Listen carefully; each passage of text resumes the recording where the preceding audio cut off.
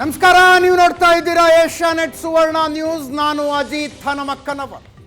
ಈಗ ಈ ವಾರದ ನ್ಯೂಸ್ ಅವರ್ ಸ್ಪೆಷಲ್ನಲ್ಲಿ news person of the week ಇರ್ತಾರೆ, ಅಥವಾ news subject of the week ಬಗ್ಗೆ ಮಾತನಾಡುವುದಕ್ಕೆ ನಮ್ಮ ಮಧ್ಯದಲ್ಲಿ ಒಬ್ಬ ಗಣ್ಯರಿರ್ತಾರೆ. ಏನು ಈ ವಾರದ news subject of the week? Israel ಮೇಲೆ ಹಮಾಸ್ ಉಗ್ರರು ನಡೆಸಿದಂಥ ಭಯೋತ್ಪಾದಕ ದಾಳಿ. ಈ ದಾಳಿಯ ಸುದ್ದಿ ಕೇಳಿದಾಗ ನನ್ನನ್ನೂ ಸೇರಿದಂತೆ ಅನೇಕರಿಗೆ ಆಶ್ಚರ್ಯ ಆಗಿದ್ದು, ಇಸ್ರೇಲ್ನ ಮಿಲಿಟರಿ ಇಂಟೆಲಿಜೆನ್ಸ್ಗೆ ಇದು ಗೊತ್ತೇ ಆಗಲಿಲ್ವಾ? ಅಷ್ಟು ದೊಡ್ಡ ಹೆಸರಿನ, ಅಷ್ಟು ದೊಡ್ಡ ಕಾರ್ಯಾಚರಣೆ ಹಿನ್ನೆಲೆಯ ಮೊಸಾದ್ ಅದು ಹೆಂಗೆ ಇದನ್ನು ಗೆಸ್ ಮಾಡೋದರಲ್ಲಿ ಫೇಲ್ ಆಯಿತು? ಇಷ್ಟಕ್ಕೂ ಮಿಲಿಟರಿ ಇಂಟೆಲಿಜೆನ್ಸ್ ಅಂದರೆ ಏನು, ಅದು ಹೇಗೆ ಕೆಲಸ ಮಾಡುತ್ತೆ, ಈ ವಿಷಯದ ಬಗ್ಗೆ ಮಾತನಾಡಬೇಕು ಅಂತ ಅನ್ನಿಸ್ತು. ಸರಿಯಾದ ವ್ಯಕ್ತಿ ಯಾರು ಅಂತ ಹುಡುಕಿದಾಗ ನಮಗೆ ಹೊಳೆದದ್ದು ಬ್ರಿಗೇಡಿಯರ್ MT ಮೋನಣ್ಣ ಸರ್.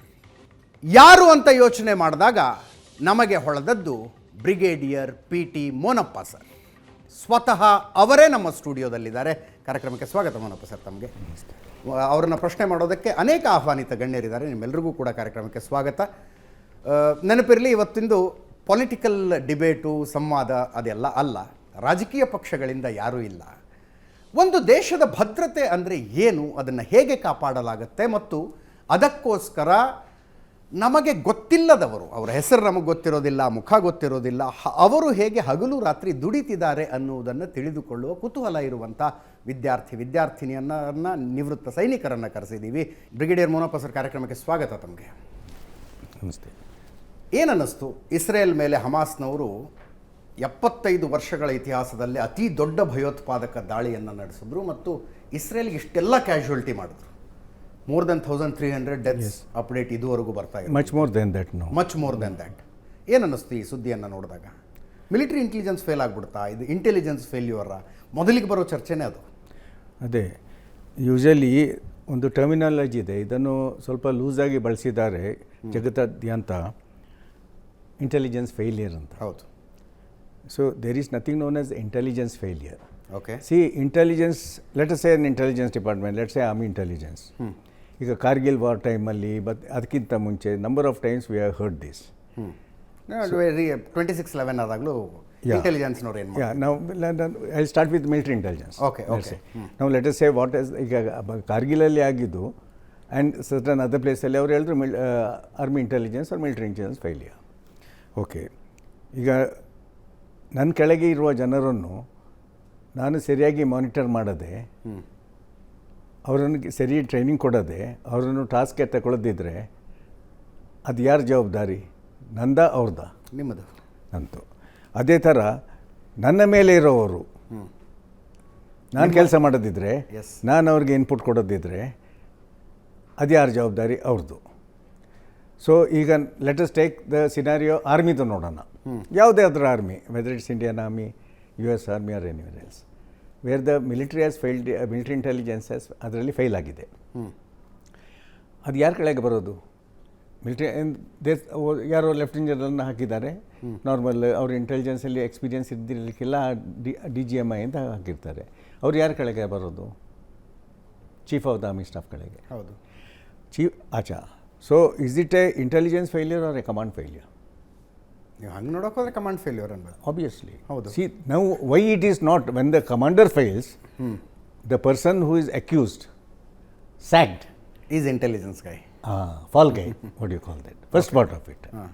ಸೆಕೆಂಡ್ಲಿ, ಆ ಕಮಾಂಡರ್ ಯಾರು ಕೆಳಗೆ, chief of the army staff ಯಾರ ಕೆಳಗೆ ಬರೋದು? Defence minister and the government. ಹೌದು. So it's a political failure also. Correct. ಅಲ್ಲ, this terminology which has been coined loosely. You see, usually ಒಂದು terminology ಪ್ರೆಸ್ಸಲ್ಲಿ ಅಥವಾ 4 ಜನರು ಮಾತಾಡಿದ್ರೆ ಇಟ್ಸ್ ಕಟ್ ಆ್ಯಂಡ್ ಪೇಸ್ಟ್. ಬೇಹುಗಾರಿಕಾ ವೈಫಲ್ಯ ಶುರು ಮಾಡ್ತಾರೆ, which is not the case. Okay.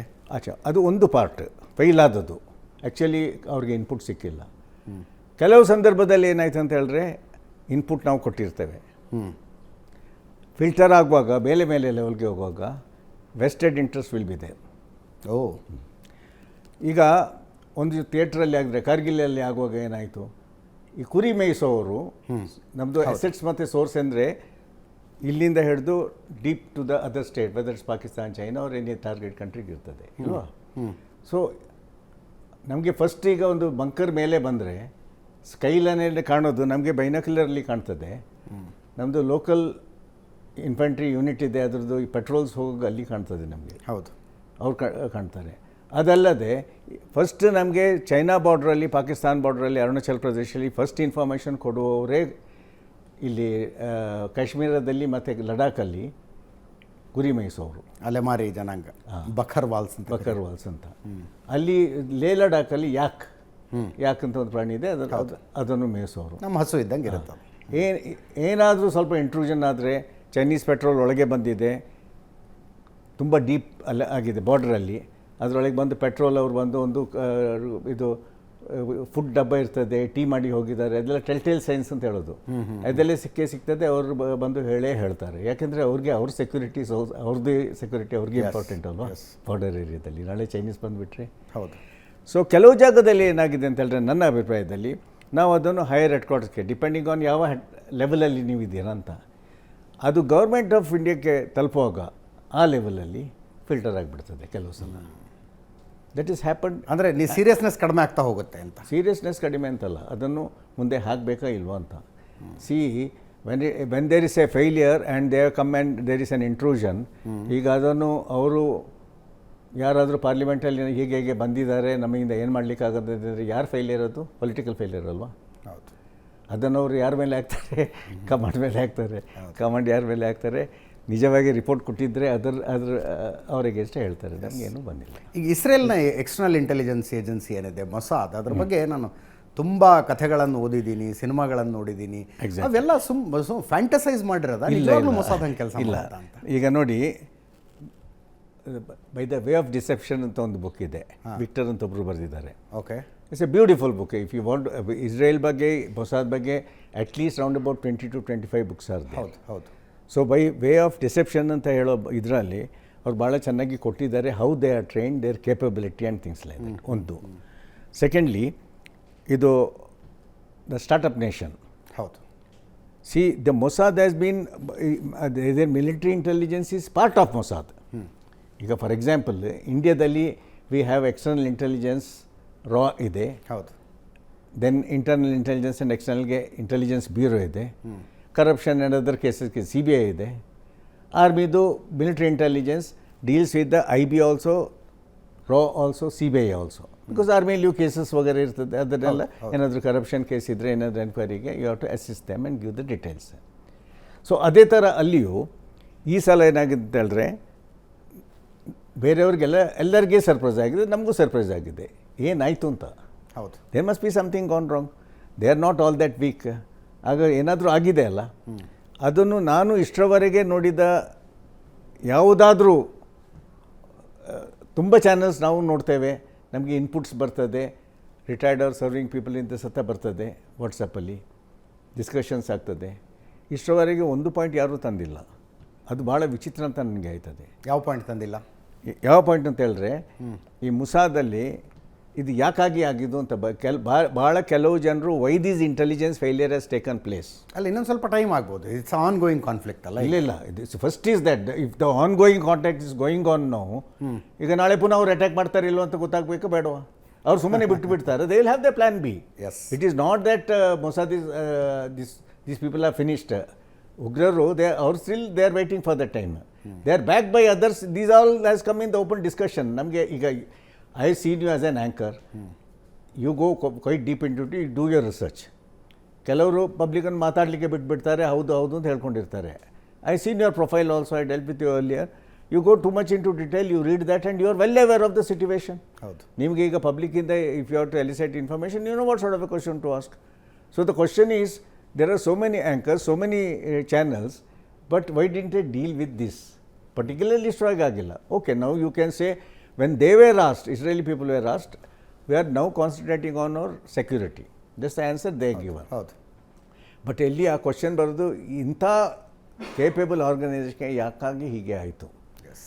ನನ್ನ ಅಸೆಸ್ಮೆಂಟ್ ಈಗ, see every one has got assessment with A caveat. My assessment of the situation is, there has been certain, if you go very carefully and detail into that, and if you study a country, Netanyahu has been round about 5 to 6 times Prime Minister, coming even for the shortest period of 3 months or 6 months also. He has been in other ministry, and he has been in the helm of affairs for how many years? 16 years as a Prime Minister. Okay. His own brother, the Entebbe raid, if you say Operation Thunderbolt, which was initially named Operation Impossible, positive ithigelle Thunderbolt anta madidru. His own brother was sacrificed. Yesterday, I mean, his Rizzo's son also, he blessed him and he went to the war field. So therefore, he is also equally interested in the country, and as a very serious politician, they all have had their term in this one. But there are a lot of opposition. When a person becomes for a longer period and he is very effective, you will politically and internationally also you will always have opposition. Because forget about ಒಂದು ದೇಶದ ಭದ್ರತೆಯ ಮೇಲೆ ಅಲ್ಲಿನ ಸರ್ಕಾರ ಎಷ್ಟು ಸುಭದ್ರವಾಗಿದೆ ಮತ್ತು ಪ್ರಧಾನಮಂತ್ರಿ ಎಷ್ಟು ಜನಪ್ರಿಯರಾಗಿದ್ದಾರೆ ಅನ್ನೋದು ಮ್ಯಾಟರ್ ಆಗುತ್ತೆ ಅಂತ. ಮ್ಯಾಟರ್ ಆಯ್ತದೆ, ಅದ್ರ ಮೇಲೆ ಜೆಲಸಿ ಇರ್ತದೆ. ಜೆಲಸಿ ಯಾರಿಗೆ ನಾವು ಥಿಂಕ್ ಮಾಡ್ಬೋದು, it is only for Arab world and these 7 countries which attacked them 7 times, 6 times so far ಅಂತ. It is not so. USA is also friendly countries-ಗೂ ಅಲ್ಲ, US also is jealous of them. Okay. You know, because ultimately Israel out of the phoenix ಅಂತ ಹೇಳ್ತಾರೆ, ಬೂದಿಯಿಂದ ಆ್ಯಶಿಂದ ಎದ್ದು ಬಂದವರು 60 ವರ್ಷದವರೆಗೆ ಅಷ್ಟು fight ಮಾಡಿಬಿಟ್ಟು ಅವರು ಇಸ್ರೇಲ್ ಫಾರ್ಮ್ ಆಗಿ within hours they were attack by 7 countries. Correct. There are only 650 people there. So Israel ರಚನೆ ಆದ ಕೆಲವೇ ಗಂಟೆಗಳಲ್ಲಿ ಅವರ ಮೇಲೆ ಅಟ್ಯಾಕ್ ಆಯಿತು. ಎಕ್ಸಾಕ್ಟ್ಲಿ. ಅದನ್ನು ಅವ್ರು ಟಾಲರೇಟ್ ಮಾಡಿದ್ದಾರೆ, ಅದನ್ನು ರಿಪಲ್ಸ್ ಮಾಡಿದ್ದಾರಲ್ವ. ಹೌದು. 6 ಸಲ ಅವ್ರಿಗೆ 8 ಸಲ ಯುದ್ಧ ಮಾಡಿದ್ದಾರೆ, ಎಲ್ಲದರಲ್ಲಿ ಗೆದ್ದಿದ್ದಾರೆ. ಅಂಥ ಸಂದರ್ಭದಲ್ಲಿ ಜೆಲಸಿ ಅಂತ ಹೇಳಿದ್ರೆ ಇಂಟರ್ನ್ಯಾಷನಲ್ ಫೀಲ್ಡಲ್ಲಿ all the NATO countries, because ಒಂದು ಕಂಟ್ರಿ ಪವರ್ಫುಲ್ ಆದರೆ ಅದ್ರ ರಿಪರ್ಕಷನ್ ಏನಾಯ್ತದೆ ಅಂತ ಹೇಳಬೇಕು ನೀವು. ಕರೆಕ್ಟ್. ಬೇರೆಯವ್ರಿಗೆ ಅದು ಎಫೆಕ್ಟ್ ಆಯ್ತದೆ. ಅವರು ರಾಕೆಟ್ ಮಾಡಲಿಕ್ಕೆ ಶುರು ಮಾಡಿದ್ರು, ಆರ್ಮಮೆಂಟ್ ಮಾಡಲಿಕ್ಕೆ ಶುರು ಮಾಡಿದ್ರು, ಅವರೊಂದು ಸೀರಿಯಸ್ ಚಾಲೆಂಜ್ ಆಯ್ತದೆ ಬೇರೆ ಆರ್ಮ್ಸ್ ಡೀಲಿಂಗ್ ಕಂಟ್ರಿಗೆ. ಸೊ ಒಳಗೊಳಗೆ ಎಲ್ಲರೂ ಇದೆ, ಭಾಳ ಫೈನರ್ ಥಿಂಗ್ಸ್ ಇರ್ತವೆ. ಅದೇ ಈಗ ತಾವು 37 ವರ್ಷ ತಮ್ಮದು total military intelligence service. Mossad ಜೊತೆಗೆ ಇಂಟ್ರಾಕ್ಟ್ ಮಾಡೋ ಅವಕಾಶ ಯಾವಾಗಾದ್ರು ಸಿಕ್ಕಿತ್ತ? 2 ಸಲ. ಭಾರತದ ಮಿಲಿಟರಿ ಇಂಟೆಲಿಜೆನ್ಸ್ಗೂ ಅವರ ಮಿಲಿಟರಿ ಇಂಟೆಲಿಜೆನ್ಸ್ಗೂ ಏನು ಡಿಫ್ರೆನ್ಸ್ ಅನ್ಸುತ್ತೆ ನಿಮಗೆ? ನಾವು ಇನಿಷಿಯಲಿ ನಾವು ಅವ್ರ ಮುಂದ್ಗಡೆ ಏನು ಸ್ಟ್ಯಾನ್ಸೇ ಇರಲಿಲ್ಲ ನಮ್ಮದು. ಓಕೆ. ನಮ್ಮದೇನಾಯಿತು ಅಂತ ಹೇಳಿದ್ರೆ ಮಧ್ಯದಲ್ಲಿ ಅರ್ಲಿಯರ್ ನಮ್ಮದೊಂದು ಸಾಂಬಾ ಸ್ಪೈಯಿಂಗ್ ಕೇಸ್ ಅಂತ ಒಂದು ಆಯಿತು ನೋಡಿ. Samba spying case. Okay okay. Immediately after 1971 war ಇಲ್ಲಿಂದ ನಾವು ನಮ್ಮ ಕೆಲವು ಆಫೀಸರ್ಸ್ ನಮ್ಮ ಮಿಲಿಟರಿ ಇಂಟೆಲಿಜೆನ್ಸ್ ಅಂತಂದರೆ ಡೆಪ್ಯುಟೇಷನಲ್ಲಿ ಬರ್ತಾರೆ, ಇನ್ಫೆಂಟ್ರಿ ಅವರು, ಆರ್ಟಿಲರಿ, ಆರ್ಮಡ್ ಕೋರ್ ಅವರೆಲ್ಲ. ಸೊ ಅದನ್ನು 3rd ಕಂಟ್ರಿ ಆಪರೇಷನ್ಗೆ ಬಾರ್ಡರ್ ಅಕ್ರಾಸ್ ಸೋರ್ಸ್ ಕಳಿಸುವಾಗ ಅದರಲ್ಲಿ ಫಾಲ್ಸ್ಲಿ ಆರ್ ರೈಟ್ಲಿ ಕೆಲವು ಜನರನ್ನು ಇಂಪ್ಲಿಕೇಟ್ ಮಾಡಿದರು. ಒಂದು 2 ಕ್ಯಾಪ್ಟನ್ಸ್, ಒಂದು ರಾಥೋರ್ ಅಂತ ಮತ್ತು ಒಂದು ಶರ್ಮಾ ಅಂತ ಇದ್ರು ಕ್ಯಾಪ್ಟನ್. ಓಕೆ. ಅವ್ರ ಮೇಲೆ ಅಲಿಗೇಷನ್ ಬಂದ್ಬಿಡ್ತು. ಅಲಿಗೇಷನ್ ಬಂತು. They were tried, they went to the jail also. Okay okay. There was because they were trapped. Okay. ಆ ಟ್ರ್ಯಾಪ್ ಮಾಡಿದ್ರು ಅವರು. ಅದಾದಮೇಲೆ ನಮ್ಮದು IBದು ಚೀಫ್ ಆ ಟೈಮಲ್ಲಿ DK ಸಿನ್ಹಾ ಅಂತ ಇದ್ದರು, IPS ಆಫೀಸರ್. ಅವರೊಂದು ಬುಕ್ ಬರೆದ್ರು, ದ ಸಾಂಬಾ ಸ್ಪೈಯಿಂಗ್ ಕೇಸ್ ಅಂತ.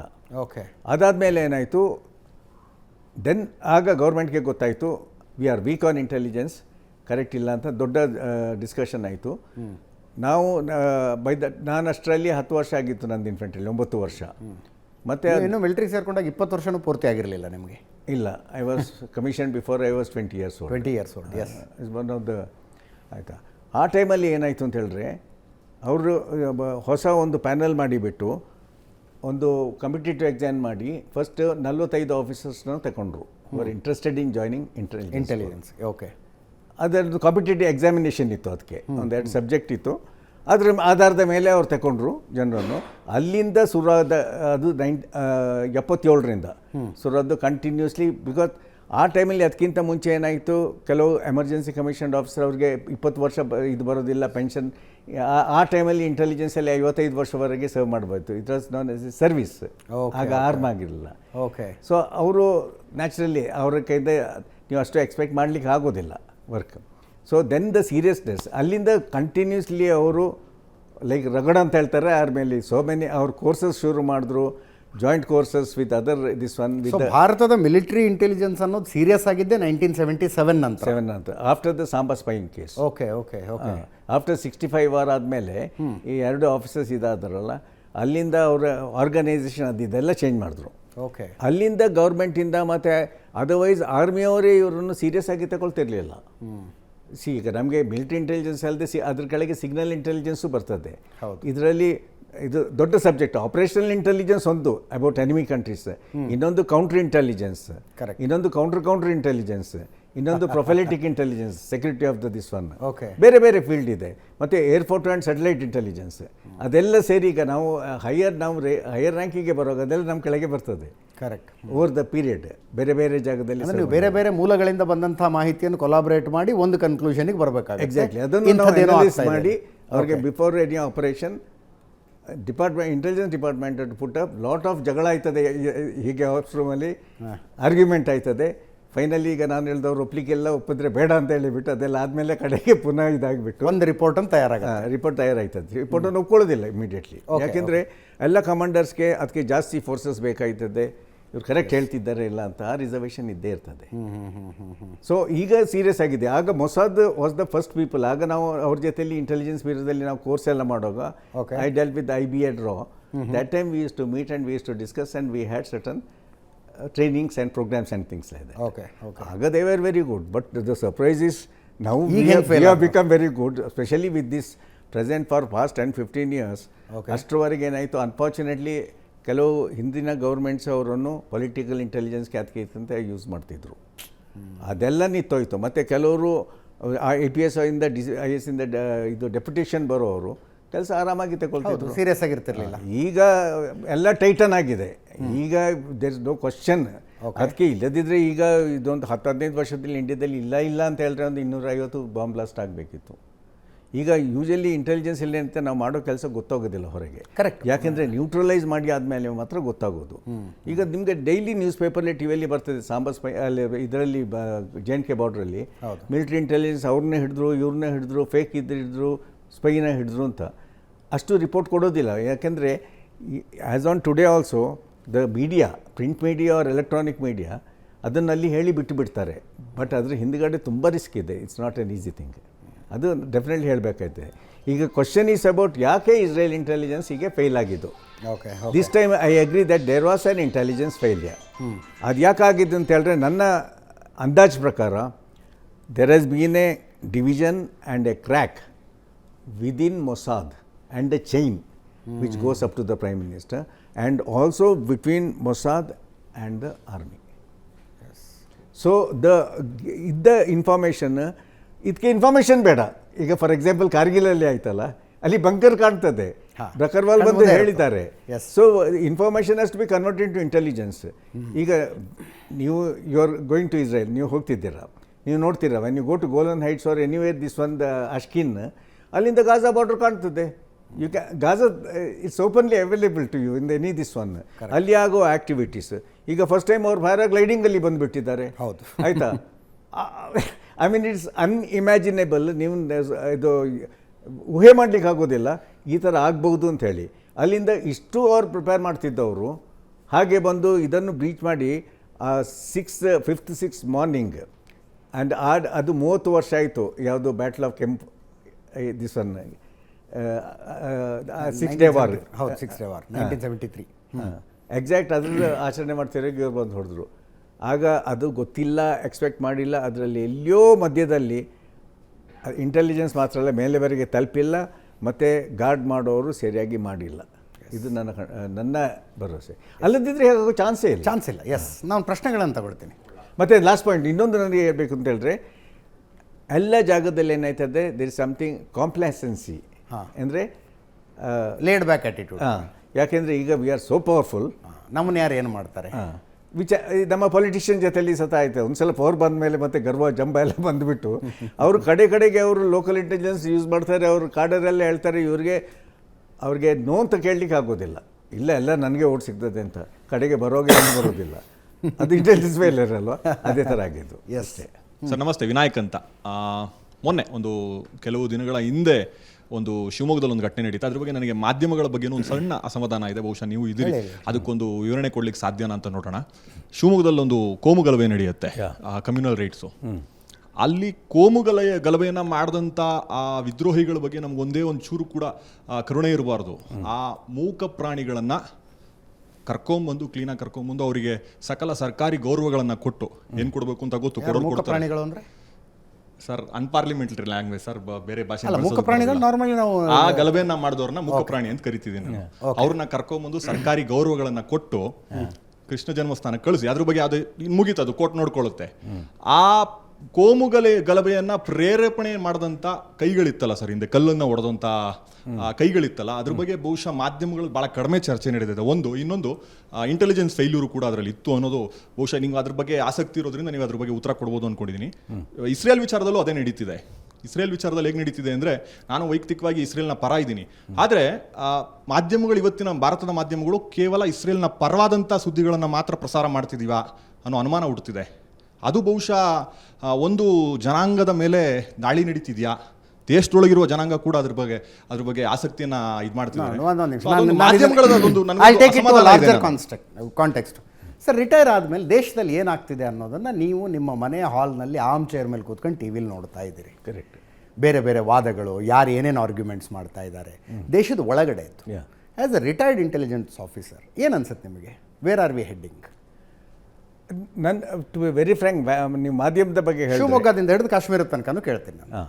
ಮಾಧ್ಯಮದಲ್ಲಿ ತುಂಬ ಫಿಲ್ಟರ್ ಆಗಿಬಿಡ್ತದೆ. ಮಾಧ್ಯಮದಲ್ಲಿ ಡಿಪೆಂಡ್ ಯಾವ ಸ್ಟೇಟ್, ಅಲ್ಟಿಮೇಟ್ಲಿ ಪೊಲೀಸ್ ಆ್ಯಂಡ್ ಮಾಧ್ಯಮ and all are state subject. ಹೌದು, ನಾನು ಹೇಳೋದು ಅಂದರೆ ಮಿಲಿಟರಿ ಇಂಟೆಲಿಜೆನ್ಸ್ ಅಂದರೆ ನೀವು ಹೊರಗಡೆ ಇರುವ ಶತ್ರುಗಳ ಜೊತೆಗೆ ಮಾತ್ರ ಡೀಲ್ ಮಾಡ್ತೀರಾ, ಒಳಗಡೆನೂ ಒಂದಷ್ಟು ಜನ ಇರ್ತಾರಪ್ಪ. ಈಗ CA NRC ಹೆಸರಿನಲ್ಲಿ ದೇಶ ತುಂಬ ದೊಡ್ಡದೊಂದು ಗಲಭೆ ನಡೀತು. 100%. ಈಗ ರೈತ ಪ್ರತಿಭಟನೆ ಹೆಸರಿನಲ್ಲಿ ಏನೋ ಒಂದು ರೀತಿ ನನ್ನ ಪ್ರಕಾರ ಅದು ಏನೋ ನಮ್ಮ ಖಲಿಸ್ತಾನಿ ಮೂಮೆಂಟಿಗೆ ಒಂದು ರಿವೈವಲ್ ಕೊಡುವಂಥ ಹೋರಾಟ ಆಗ್ಬಿಡುತ್ತೆ. ಕರೆಕ್ಟ್. ನೀವು ಅದ್ರ ಮೇಲೆ ಒಂದು ಕಣ್ಣು ಇಟ್ಟಿರ್ತೀವಿ. 100%. ನಾವು ಒಂದು ಹೇಳ್ತೇನೆ ನಿಮಗೆ, ಗುಜರಾತ್ ರೈಟ್ಸ್ ಆಯಿತು. ಹೌದು. ಆಗ ನಾನು ಸದರ್ನ್ ಕಮಾಂಡ್ ಇಂಟೆಲಿಜೆನ್ಸ್ ಚೀಫ್ ಆಗಿದ್ದೆ. Okay. Carried out a complete helicopter survey first. Went and met the opposition leaders. Okay. In the sense the retired chief minister. ಆಯಿತಾ? ಅಲ್ಲಿಂದ we came to an assessment. ಯಾಕೆಂದರೆ ಏನಾಯ್ತು ಅಂತ ಹೇಳಿದ್ರೆ, ಈಗ ಎಲ್ಲಿ ಗಲಭೆ ಇದಾದರೂ ಫಸ್ಟ್ ಯಾರನ್ನ ಪೊಲೀಸ್ ಮತ್ತು ಪ್ಯಾರಾಮಿಲಿಟರಿ ಫೋರ್ಸ್ ಫೇಲ್ ಆದಾಗ ಯಾರನ್ನ ಕರೆಯೋದು? ಆರ್ಮಿನ. ಹೌದು. ಆರ್ಮಿನ ಕರೆದಾಗೇನು ಕಳಿಸೋದಿಲ್ಲ, ಫಸ್ಟ್ ನಮ್ಮನ್ನು ಕೇಳ್ತಾರೆ. ಆಗ ಇದೆಲ್ಲ ಆಗುವಾಗ ನಮ್ಮ ಜನರಲ್ಲಿ ಇರ್ತಾರೆ, ಕ್ಯಾಪ್ಟನ್ ಮೇಜರ್ ಲೆವೆಲಲ್ಲಿ, ಲೆಫ್ಟಿನೆಂಟ್ ಕರ್ನಲ್ ಲೆವೆಲಲ್ಲಿ. ನಮಗೆ ಇನ್ಫಾರ್ಮೇಷನ್ ಬಂದ್ಕೊಂಡಿದ್ದು ಇದಾಗ್ತಿದೆ, ಇದು ಬಿಲ್ಡಪ್ ಆಗ್ತಿದೆ ಅಂತ. ನಾವು ಯಾಕೆ ಅದಕ್ಕೆ ಕಂಡಿಡು ಅಂತ ಹೇಳಿದ್ರೆ, ನಾಳೆ ಆರ್ಮಿ ಕರೆಯುವಾಗ ನಮಗೆ ಸಿಚುವೇಶನ್ ಗೊತ್ತಿರಬೇಕು, ಏನು ಜಾಗ ಏನಾಗಿದೆ ಅಂತ. ಸೊ ನಾವು ಅದನ್ನು ಹೋಗಿ ಸರ್ವೆ ಮಾಡಿ ಬಂದಾದಮೇಲೆ ನಾನು ಅಲ್ಲಿ ಆರ್ಮಿ ಕಳಿಸೋವಾಗ ಅದ್ರದ್ದು ಅವ್ರು ಅರೇಂಜ್ಮೆಂಟ್ ಮಾಡಿರಲಿಲ್ಲ. ಸ್ವಲ್ಪ ಡಿಫ್ರೆನ್ಸ್ ಆಫ್ ಒಪಿನಿಯನ್ ಆಯಿತು. ನಮ್ಮ ಮೇಲೆ ಚೀಫ್ ಆಫ್ ಸ್ಟಾಫ್ ಅಂತ ಇರ್ತಾರೆ, ಆರ್ಮಿ ಕಮಾಂಡ್ ಇರ್ತಾರೆ, ಅವ್ರ ಮಧ್ಯೆನೇ ಸ್ವಲ್ಪ ಗೊಂದಲ ಆಯಿತು ನಾನು ಕೊಟ್ಟ ರಿಪೋರ್ಟಲ್ಲಿ. ಅಂದರೆ ನಾನು ಇದ್ದದನ್ನು ಇದ್ದಾಗೆ ಕೊಟ್ಟೆ. ಅಲ್ಲಿಂದ ನಾನು ಹೇಳಿದೆ, ಈ ಸ್ಟೇಜಲ್ಲಿ ನಾವು ಮುಂಬೈ ರೈಡ್ಸ್ ಆಗುವಾಗ ನಾನು ಹೇಳಿದೆ ಆರ್ಮಿನ ಕಳಿಸೋದು ಬೇಡ ಅಂತ, ನಾಟ್ ರಿಕ್ವೈರ್ಡ್. ಯಾಕೆಂದರೆ ಇವರು ಕಳಿಸಿಬಿಟ್ಟು ಆರ್ಮಿನ ಡಿಪ್ಲಾಯ್ ಮಾಡುವಾಗ ಜೊತೆಯಲ್ಲಿ DC ಹೋಗಬೇಕು, ಫೈರ್ ಮಾಡಲಿಕ್ಕೆ ರೈಟಿಂಗಲ್ಲಿ ಕೊಡಬೇಕು. ಮತ್ತು ಅವ್ರು ಕೊಡೋದಿಲ್ಲ, ಅವ್ರು ಮುಂದೆ ಬರೋದಿಲ್ಲ. ಅಲ್ಲಿಂದ ಏನಾದರೂ ಆದರೆ ಆರ್ಮಿ ಮೇಲೆ ಹಾಕಿಬಿಡ್ತಾರೆ. ಅಲ್ಲಿಂದ ಪೊಲೀಸ್ ಅವರು ಕಂಟ್ರೋಲ್ ಮಾಡಿ ಆರ್ಮಿಯನ್ನು ಕರೆದಾದ ಮೇಲೆ ಅವರನ್ನು ಡಿಪ್ಲಾಯ್ ಮಾಡಬೇಕಾ ಬೇಡವಾ? ಅಲ್ಲೇ ಕೂರಿಸಿದ್ರು. ಅದಕ್ಕೆ ಅದಲ್ಲೇ ಆಗಿದೆ. ಕಡೆಗೆ ಅವ್ರು ಕಳಿಸಿದ್ರು. ಗುಜರಾತಲ್ಲಿ ಅವ್ರು ಕಳಿಸಿದ್ರು. ಆಗ ನಾನು ಹೇಳಿದೆ ಇದನ್ನು ಕಳಿಸ್ಬೇಕು ಅಂತ ಹೇಳಿಬಿಟ್ಟು.